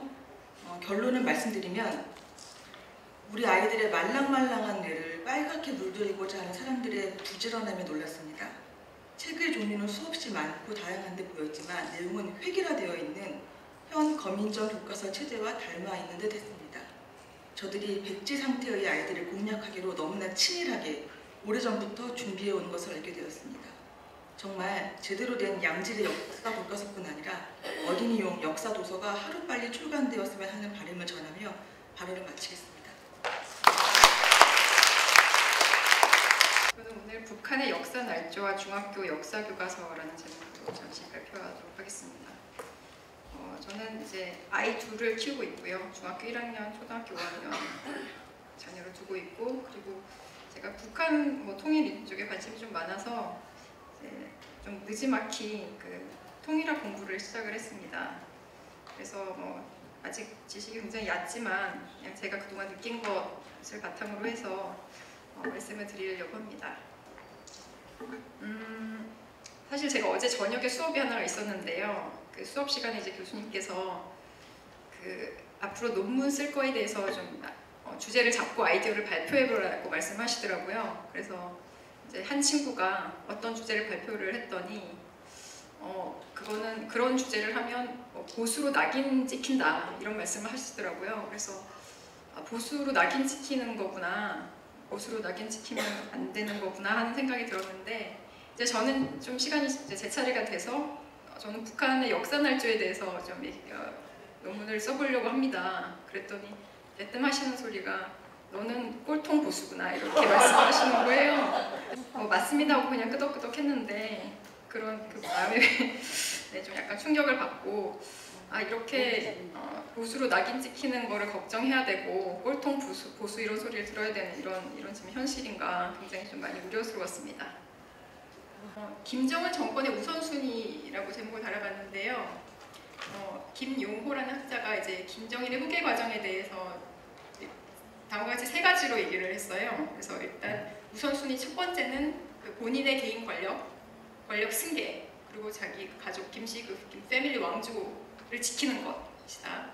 우선순위 두 번째는 북한의 국가 생존이고 세 번째는 경제 발전이다.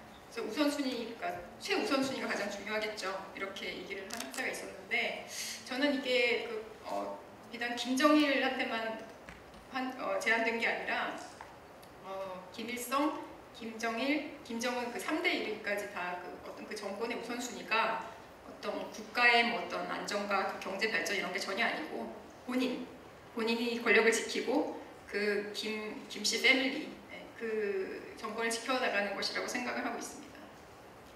그럼 어떤 그 정권을 유지하기 위해서 어떤 전략을 쓸지 제 나름대로 생각해 본 건데요.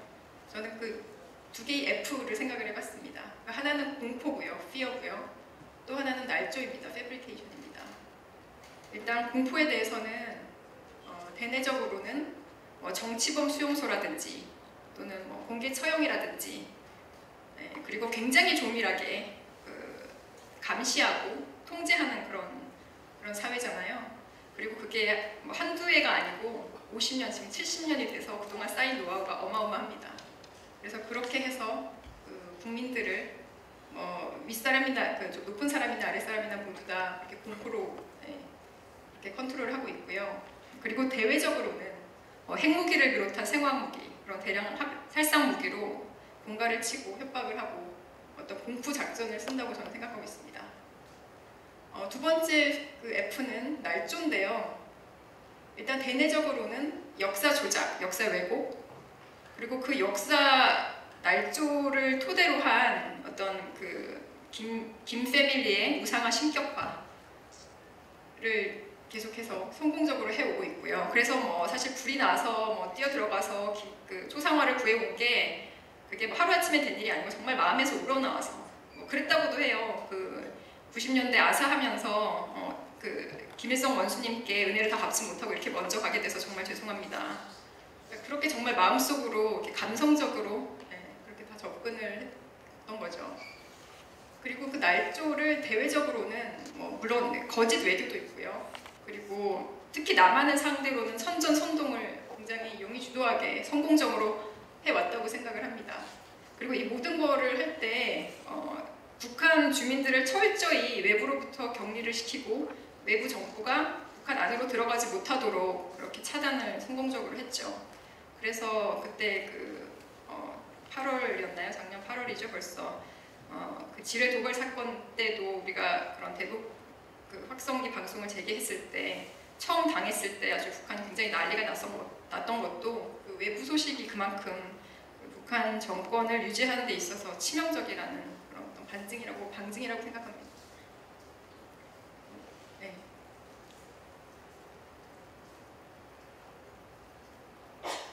대표적인 역사 날조는 아까 이용희 교수님께서도 말씀을 하셨는데요.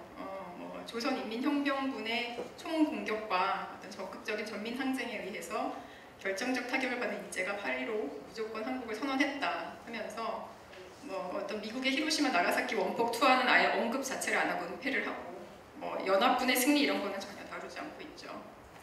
그리고 알고 보면 조선인민혁명군이라는 거는 실제 하지 않았던 날조된 조직이라고 합니다. 그런데 아마 그 두산 동화에 보면 이 조선인민혁명군이라는 그 조직 그대로 이름이 실린 것으로 알고 있습니다.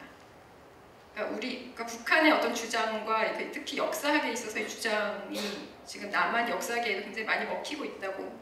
이제 아까 잠깐 말씀드렸지만 날조가 이제 선전선동으로 해서 우리 남한에 어떤 영향을 주고 있는지를 잠깐 보시면요.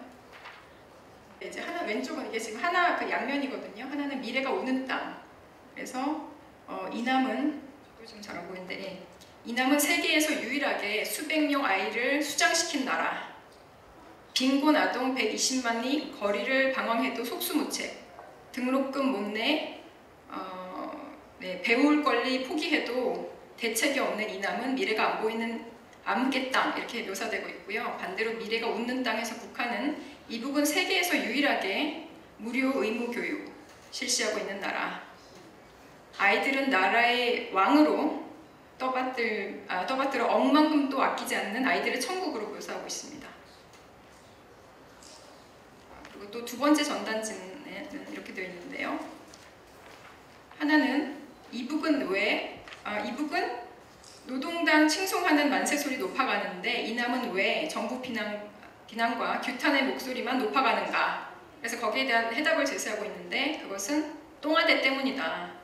그래서 똥하대에서 서식하는 박근혜 똥벌레와 그 잔당들의 벌레들의 썩은 정치 때문, 사대와 독재, 부정부패로 오염된 똥하대 허물어버리고 국민 위하는 깨끗한 정부 세우자 이렇게 되어 있어요. 그래서 이걸 딱 보면서 이게 알고 보니까 이 전단지가 연대에서만 있었던 게 아니고 서울대에서도 발견됐다고 하더라고요. 그래서 이게 뭐 북한에서 이렇게 서울대랑 연대만 이렇게 하늘에서 이렇게 잘 착륙을 했다는 생각은 안 들고 이게 아마도 국내에서 만들어진 게 아닐까. 근데 사실 우리는 이런 모습에 더 익숙하잖아요. 북한의 모습. 그래서 북한의 뭐 천국이다, 아이들의 천국이다 이런 말에 속는 그런 국민은 아주 극소수이겠지만 그렇지만 사실 제 주변에서도 뭐 박근혜 정부를 욕하고 정부를 허물어야 된다 이런 주장은 어렵지 않게 찾을 수가 있거든요. 그래서 우리가 북한의 그런 선동술에 엄청나게 많이 영향을 받고 있다는 생각이 들었습니다. 참고로 지금 왼쪽에 있는 아이는 뭔가 이렇게 링거 같은 걸 맞고 있는데 북한에서는 이런 링거를 줄 때도 이게 뭐 보통은 이제 유엔이나 이런 해외 원조로 받는 건데 이것도 이제 수령의 은혜로 이렇게 의료 그런 지원을 해준다 이렇게 얘기를 하고 있죠. 그러니까 모든 것이 거짓말입니다. 북한은 거의 100% 날조 거짓말이라고 생각하시면 됩니다. 삼국 통일에 대한 평가. 제가 사실 이번에 이걸 좀 준비를 하면서 그 천재교육 중학교 역사교과서를 좀 읽어봤습니다. 그런데 그 신라의 삼국 통일에 대해서 굉장히 부정적으로 계속해서 언급이 되고 있는 거예요. 여기 보시면 신라와 백제의 운명을 바꾼 관산성 전투. 처음에는 백제가 우세하였으나 김윤신의 할아버지인 김무력이 이끄는 신라 군사의 기습을 받아 그 백제의 성왕이 전사하자 싸움은 신라의 승리로 끝났다. 그러니까 뭔가 굉장히 그 신라가 승리한 거에 대한 아쉬움이 느껴집니다. 성왕은 신라와 연합하여 고구려에 빼앗겼던 한강 하류 유역을 되찾았다. 그러나 동맹을 깨뜨린 신라의 공격을 받아 다시 신라에 빼앗겼다. 아울러 신랑 진흥왕은 이제 백제와의 동맹을 깨고 백제가 회복한 한강 하류 유역마저 빼앗았다. 이로써 신라는 한강 유역을 모두 차지하게 되었다. 그러니까 이게 한 교과서에 이렇게 계속 연거푸 반복해서 쓸리는데 이것만이 아니고 또 보면 그 김춘추, 그 태종 오열한 김춘추를 폄훼하면서 이제 거짓말로 통일을 달성했다. 뭐 이런 식으로 굉장히 비하하고 있습니다. 그래서 제가 학교에서 중고등학교 때 이제 역사를 어떻게 배웠는가를 좀 생각을 해봤는데 저는 아주 팩트 위주로 배웠던 것 같아요. 벌써 뭐 80년대 후반 90년대 초인데 신라의 삼국통일은 그냥 있는 그대로 배웠을 뿐이고 신라가 삼국통일을 한 거에 대해서 뭔가 이렇게 부정적인 어떤 시각이라든지 그런 거를 학교에서 적어도 학교 교육에서는 그렇게 시키지 않았던 것 같습니다. 그런데 지금은 많이 달라져 있죠. 그래서 이제 북한의 신라관이 어떤지 조금 봤는데 지금 여기 계신 서욱식 박사님의 북한 교과서 대해부에 나와 있는 내용입니다. 북한은 신라에 의한 삼국통일을 부정하고 우리처럼 통일신라라는 명칭을 쓰지 않고 후기신라라고 폄훼한다고 합니다. 북한 교과서에서는 다음과 같이 되어 있습니다. 위대한 영도자 김정일 원수님께서는 다음과 같이 말씀하시었다. 신라 통치배들은 영토를 넓히려는 야망을 실현하기 위하여 오래전부터 우리나라를 침략하려고 노리고 있던 당나라의 침략 세력을 끌어들이는 죄악적인 행동을 감행하였다. 이렇게 북한은 역사 교과서에 이렇게 그 수령들의 어떤 교시가 굉장히 많이 등장을 하고요. 그래서 북한에서는 신라를 정말 싫어하더라고요. 고구려 물론 좋아하고요. 그래서 그런 영향이 결국은 알게 모르게 이렇게 남한 교과서에까지 미친 게 아닌가 하는 생각을 개인적으로 해봤습니다. 이것도 뭐 계속해서 나오는 얘기인데요. 북한의 토지 개혁은 이제 북한에서는 본인들이 무상 몰수와 무상 분배를 했다고 주장을 하죠. 그런데 지금 보시는 거는 천재 교육에 나온 그대로 실었고요. 북한은 광복 직후 무상 몰수와 무상 분배의 원칙에 따라 토지 개혁을 실시하였다. 무상 몰수는 했을지 모르지만 무상 분배를 했는지는 모르겠습니다. 지금 현실을 보면 북한에서 얼마나 많은 그런 주민들이 본인의 농토를 갖고 그렇게 농사를 하는지 모르겠습니다. 그리고 이런 그 교과서를 보면 그러니까 특정 인물을 이렇게 계속해서 부각을 시키는 걸 볼 수가 있어요. 장준하라는 사람을 여러분들이 아마 아실 겁니다. 근데 보통 우리가 장준하 하면 떠오르는 게 뭐죠? 75년도인가요? 그때 산에 올라갔다 실족사 했죠. 실족사 했는데 그 실족사가 아니다, 기다 뭐 이런 논란이 있죠.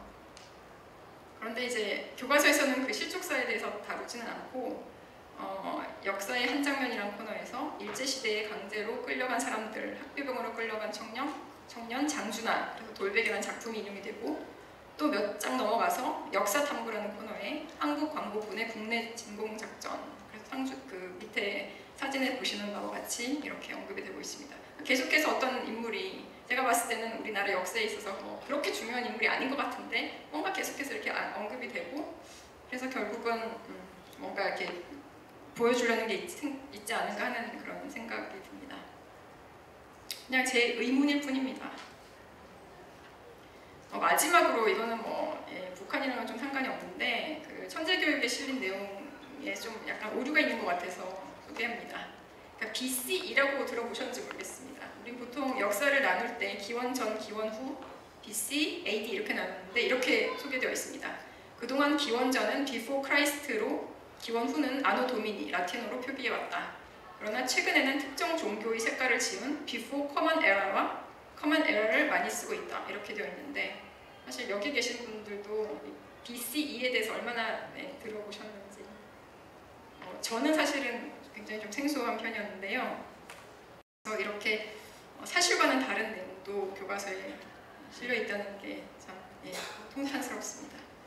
이상으로 제 짧은 발표를 마치겠습니다.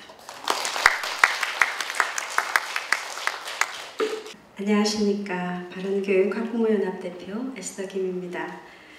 오늘 우리 학부모님들이 연구위원으로 애써서 발표하시는 거 보시면서 장하시죠?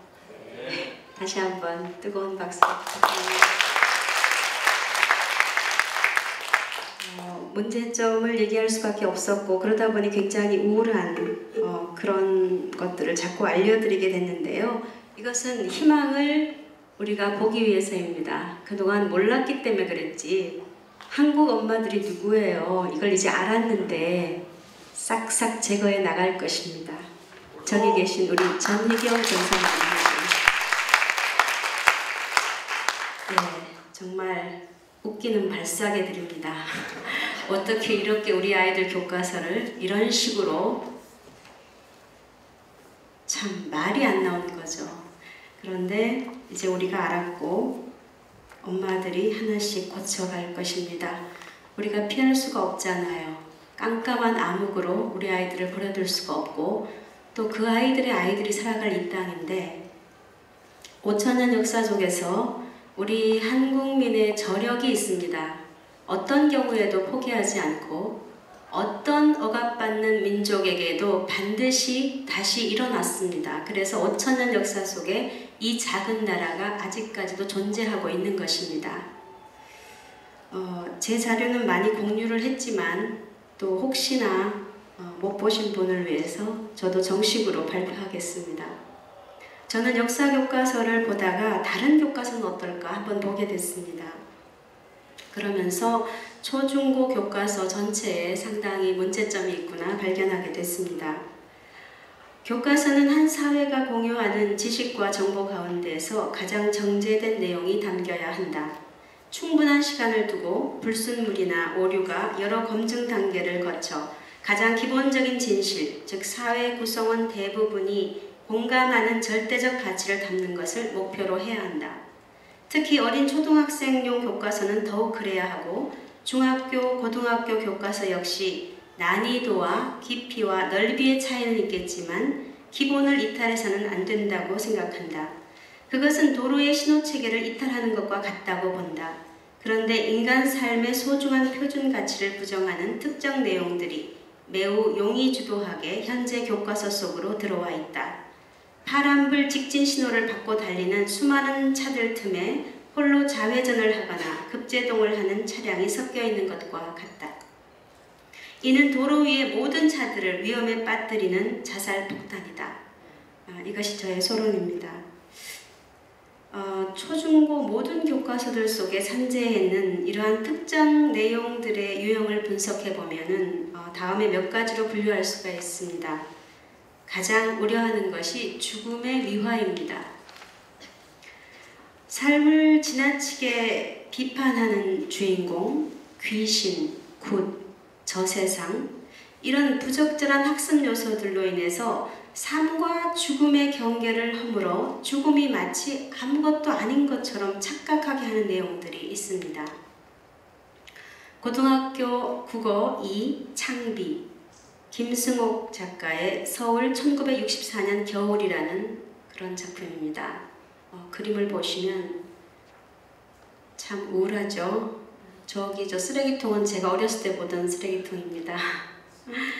1964년도도 나름대로 꿈이 있었고 아름다운 시절이었을 텐데요. 이 작품 속에는 죽은 아내의 시체를 병원 해부 실습용으로 팔아버립니다. 그리고 그 돈을 처음 만난 낯선 두 사람과 써버리고는 그날 자살을 하는 30대가 그려지고 있고요. 이 사람이 자살할 걸 예상했으면서도 방치하고 자신들을 가리켜서 25살짜리지만 이제 너무 많이 늙었어 하고 동의하는 충격적이고 비관적인 내용이 채워지고 있습니다. 자살을 방조하고 삶을 비관하는 대표적인 작품으로 제가 들었습니다. 그 다음 고등학교 국어 1 천재. 이 천재가 좀 문제예요. 이 천재. 290쪽 말 위에서 죽다 김점선이라는 작가인데요. 저분은 매일 말만 그리신데요. 이런 내용으로 기술되어 있습니다. 나는 말 위에서 죽었다. 한 번도 아니고 수십 번. 나는 그렇게 죽었다. 나는 매번 20살도 되기 전에 죽었다. 지금처럼 오래 살아보는 것은 내 여러 생애 중 처음이다. 수없이 죽고 살고를 반복할 수 있는 것처럼 혼동시키는 작품입니다. 저는 이 글을 읽으면서 근간에 유행되고 있는 이생망, 이번 생은 망했다. 이런 젊은 세대의 은호의 뿌리가 어디인가 짐작할 수 있었습니다. 그리고 고등학교 국어 2 천재 49쪽 바리공주 지은이 미상, 바로 뒤편에 51쪽 바리떼기 황석영 작품입니다. 바리공주라는 작품은 혼령을 저승으로 인도한다는 실제 무당의 씻김꾼 내용을 그대로 실었습니다. 교과서에 무당이 하는 군 내용을 그대로 싣는 것은 매우 문제가 있습니다. 설상가상 바로 뒤에 나오는 황석영의 바리대기, 이것은 바리공주를 현대적으로 계승했다는 작품인데 그 내용이 또한 매우 황당무계하다고 저는 봅니다. 북한 청진 출신의 여성이 발이죠. 중국에서 온갖 시련을 겪다가 영국으로 밀항하게 되고 거기서 파키스탄계 남자와 결혼해서 잠시 행복한 생활을 합니다. 그런데 갑자기 이 남편이 아프가니스탄으로 동생을 찾으러 떠났고 갓 태어난 딸마저 돌도 채 넘기지 못해 사고로 죽게 됩니다. 그래서 이때부터 바리는 생명수를 찾아 저승을 헤맨다는 그런 내용입니다. 교과서에는 실을 수가 없는 내용이라고 생각됩니다. 그렇지 않으세요? 그 다음 우려 섞인 부분이 동성애 미화 등 가족의 본질을 훼손한다는 것입니다. 가족의 기본 개념이 뭔가 하면은 남녀 부부를 중심으로 한 친족 관계에 있는 구성원, 혼인, 혈연, 입양 등으로 이루어진다는 것입니다. 그런데 이러한 개념을 뿌리째 흔들고 있습니다. 초등학교 2학년 1 가족이라는 통합교과서인데요. 48쪽에 찬다 삼촌이라고 나오는데 지은이가 미상입니다. 제가 알기로 2학년 정도의 초등학생 교재로 쓰는데 지은이가 미상이면 안 될 것 같고요. 그 쏟아놓은 다양한 가족의 예화에 보시면 표지가 흑백 두 남성의 굳게 잡은 손입니다. 어떻게 두 남성의 굳게 잡은 손이 표지가 될 수 있는지. 이 내용은 아빠랑 딸만 사는 집에 어느 날 낯선 외국인 남자 찬다 삼촌이 나타납니다. 그 남성은 저녁을 차리고 엄마처럼 아이의 머리를 감기고 바느질을 합니다. 그리고 그날 밤 찬다 삼촌은 아이와 아빠랑 같은 방에서 잔다는 내용입니다. 이 작품은 다분히 동성애 미화적이고 지나친 다문화 포용이라는 오해를 불러일으킬 수 있습니다. 다양한 가족의 예화로 든 것은 매우 큰 오류입니다. 초등학교 그 외에 5학년 실과 11쪽에 가족이란 이런 단원에서 설명을 이렇게 하고 있습니다. 최근에는 사회가 변화함에 따라 홀로 사는 1인 가족, 혈연 관계가 없는 사람들이 함께 사는 공동체 가족 등 가족의 모습이 다양해지고 의미가 확대되고 있습니다. 언뜻 보면 매우 객관적인 듯한 기술이지만 근본적인 가족의 본래 의미를 희석시키고 있는 그런 기술입니다. 1인 가구라고 하지 1인 가족이라고 할 수는 없다고 생각합니다. 예, 그리고 앞에 우리 발표자들께서 많이 말씀하신 바지만 역시 북한 미화입니다. 북한 전체주의 독재 정권이 우리 대한민국의 자유와 평화를 위협하고 있고 이러한 명백한 사실을 무시한 채 교과서에 마냥 같은 민족이라는 감상적인 시각으로 아무 문제가 없이 평화롭게 공존하는 이웃나라처럼 기술하고 있습니다. 다음 세대들에게 국가 안보에 대한 분명한 교육과 세계 최악의 독재 정권에게 억압당하고 있는 2,400만의 북한 동포를 구해내야 한다는 그 소명감을 교과서를 통해서 마땅히 심어야 합니다. 그런데 이런 노력이 전혀 보이지를 않습니다. 예, 한번 화면 보시면 북한 학생들의 생활 모습이에요. 업간 체조, 수업 시간, 들모임, 아주 평화롭고 행복한 모습입니다. 또 북한 학생들의 방과 후 생활, 친구들과 놀이, 소조 활동, 소년단 활동. 제가 본 것이 마침 교사용 지도서이기도 했는데요. 그 메모지에 이렇게 적혀 있었어요. 그 교사가 아마 부연 설명해주는 그런 부분인 것 같은데 북한 학생들의 생활 모습에 방과 후 학원 없음 이런 것도 해줘요. 그러면 애들이 와 북한이 훨씬 좋겠다 이렇게 생각하지 않겠습니까? 예, 북한 미화 속에 또 굉장히 특이하다는 걸 제가 발견한 것은 월북 시인 백석이라는 분의 그 시가 초등학교 저학년부터 고등학생 교과서까지 굉장히 폭넓게 퍼져 있다는 것입니다. 지금 보시는 화면이 초등학교 1학년 2 국어활동 준치가시라는 시입니다. 백석의 작품인데요.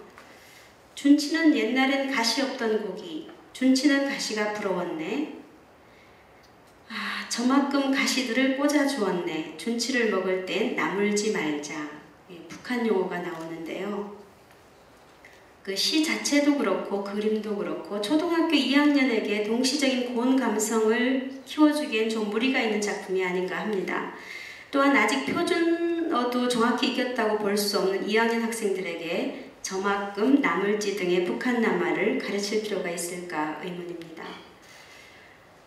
그 다음 고등학교 국어문학 창비 수라라는 시인데 역시 백석의 작품이고요. 이 수라는 아수라라는 그 용어, 불교 용어인데 하늘에서 쫓겨난 사람들이 사는 세계를 가리킨다고 합니다. 이 작품의 제목 수라의 어원으로 해석되고 있습니다. 시 속의 거미 역시 방에서 차가운 바깥으로 쫓겨났으며 이로 인한 가족 공동체의 해체가 수라와 같고 1930년대 시대상을 반영한다고 합니다. 시의 내용이 굉장히 우울하고 비극적입니다.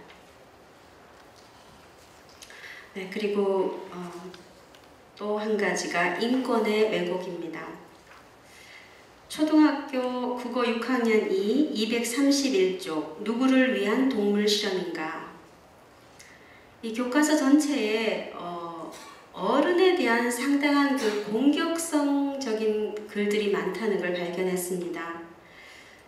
어린이의 권리를 주장한다고 하면서 어른에 대해서는 굉장히 그 비판적이고 마치 투쟁의 대상으로 그리고 있다는 것입니다. 또한 사람 대신 실험용으로 쓰인 개의 생명이 사람의 그것과 다를 것이 없다는 식의 그런 억지적인 왜곡을 저희가 볼 수 있었습니다. 이 작품은 동물의 생명을 존중하는 것 같지만 실은 사람의 생명을 동물 수준으로 내려오게 하는 것입니다. 다음의 본문 내용을 잠깐 읽어드리겠습니다. 예를 들면 우주 탐사를 위해 스푸트니크 2호에 탑승하였던 개 라이카의 경우를 생각하여 볼 수 있다. 동물의 목숨이 사람보다 가볍다고만은 할 수 없음에도 동물의 죽음은 별로 신경 쓰지 않고 동물 실험이 이루어지고 있다. 네, 저는 정말 이해가 안 되는데 어떻게 생각하세요? 이래서 인권이 동물과 같아지고 사물과 같아지고 로봇과 같아질 거라는 뭐 이런 흐름이 아닐까 싶습니다. 네. 아무튼 이러한 그 교과서에 있는 죽음, 북한을 미화하는 내용, 이런 우려 섞인 내용들이 반드시 제거되어야 합니다. 이러한 부분들은 대한민국의 미래와 우리 자녀들의 미래의 캄캄한 먹구름이라고 생각합니다. 이러한 죽음, 북한 미화의 교과서 내용이 사실은 또 현장 학습으로 연결되어 있습니다. 4.3 그 PPT 자료 부탁드립니다. 가장 대표적인 것이 제주 4.3 평화공원입니다. 제가 말씀드리는 동안 제가 넘겨보겠습니다. 예, 이 4.3 공원을 보고 나서 쓴 체험 그릴들인데 보이시나요? 네, 뭐 중요한 거라면 이승만 개새끼, 네, 보고 나서 그리고 두렵다. 이렇게 잘못하는 줄 몰랐다. 노무현, 박원순 이런 분들이 고맙다. 뭐 이런 것들이 학생들의 소감문인데요. 제가 직접 가봤습니다. 입구부터 어두침침한 동굴 입구였고요. 또 거대한 내부를 지나는 내내 포탄 소리, 비명 소리, 또 잔혹한 사진, 죽음의 형상, 경찰과 군인에 의한 살인 고문 자료들, 이런 곳으로 우리 아이들이 수학여행을 오면은 너무 끔찍하겠다. 정신적으로 굉장히 피해를 입지 않을까 그런 생각을 했었습니다. 그 세월호에서 희생된 우리 아이들도 바로 이 제주도로 가는 길이었어요. 아마 여기를 보는 것이 그 아이들의 코스였을 것 같습니다. 대표적인 사진들만 한번 보여드리겠습니다. 예, 이렇게 시체 사진으로 가득한 사진. 죄송합니다.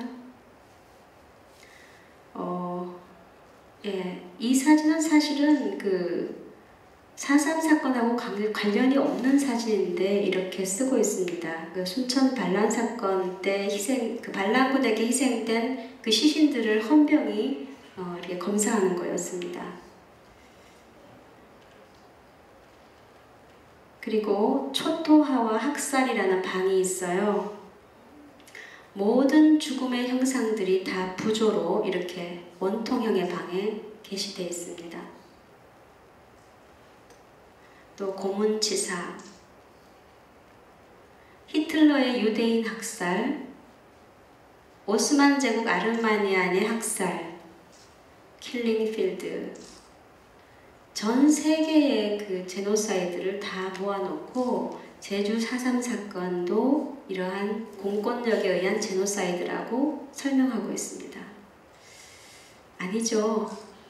그런 거하고는 비교할 수가 없는 거였습니다. 그리고 무엇보다도 제가 참 이해할 수 없었던 것이, 그렇다면은 북한 정권에 의한 그 학살, 왜 그 사진은 없을까?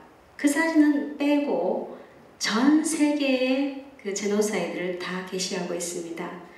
그리고 이것이 시민에게 고하는 무장대 포고문, 그 그 1948년 4월 3일 새벽에 그 무장한 남로당원들 새벽 2시에 350명들이 죽창을 들고 1000여 명의 폭도들과 함께 그 경찰과 우익들을 잔인하게 살해한 날이 바로 1948년 4월 3일 그 사건이었습니다.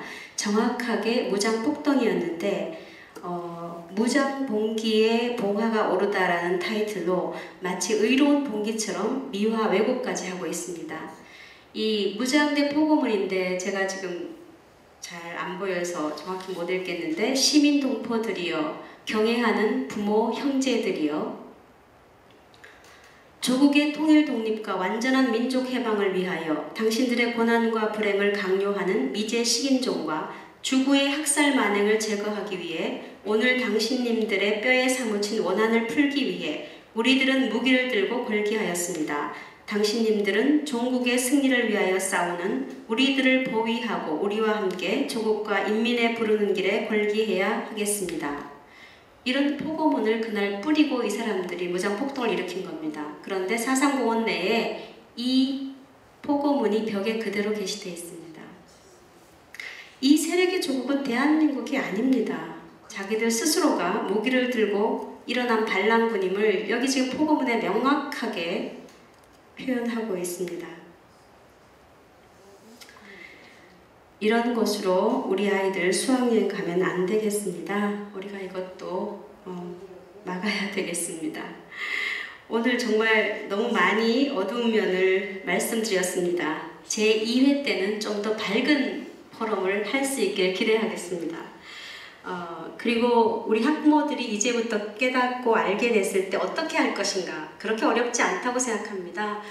교과서들을 다 살펴보셔야 됩니다. 살펴보시고 그 교과 담임선생님한테 전화를 해서 이런 내용이 왜 이렇게 됐냐 물어봐 주시고 또 해당 출판사에 민원을 제기하시고 이제 전화하실 수 있다고 생각합니다. 그리고 요즘은 민원 넣기가 상당히 좋거든요. 교육부에 민원을 넣을 수 있습니다. 이러한 부분은 사실과 다르다 이렇게 이런 우리의 작은 움직임이 큰 변화를 갖고 올 거라고 생각합니다. 감사합니다.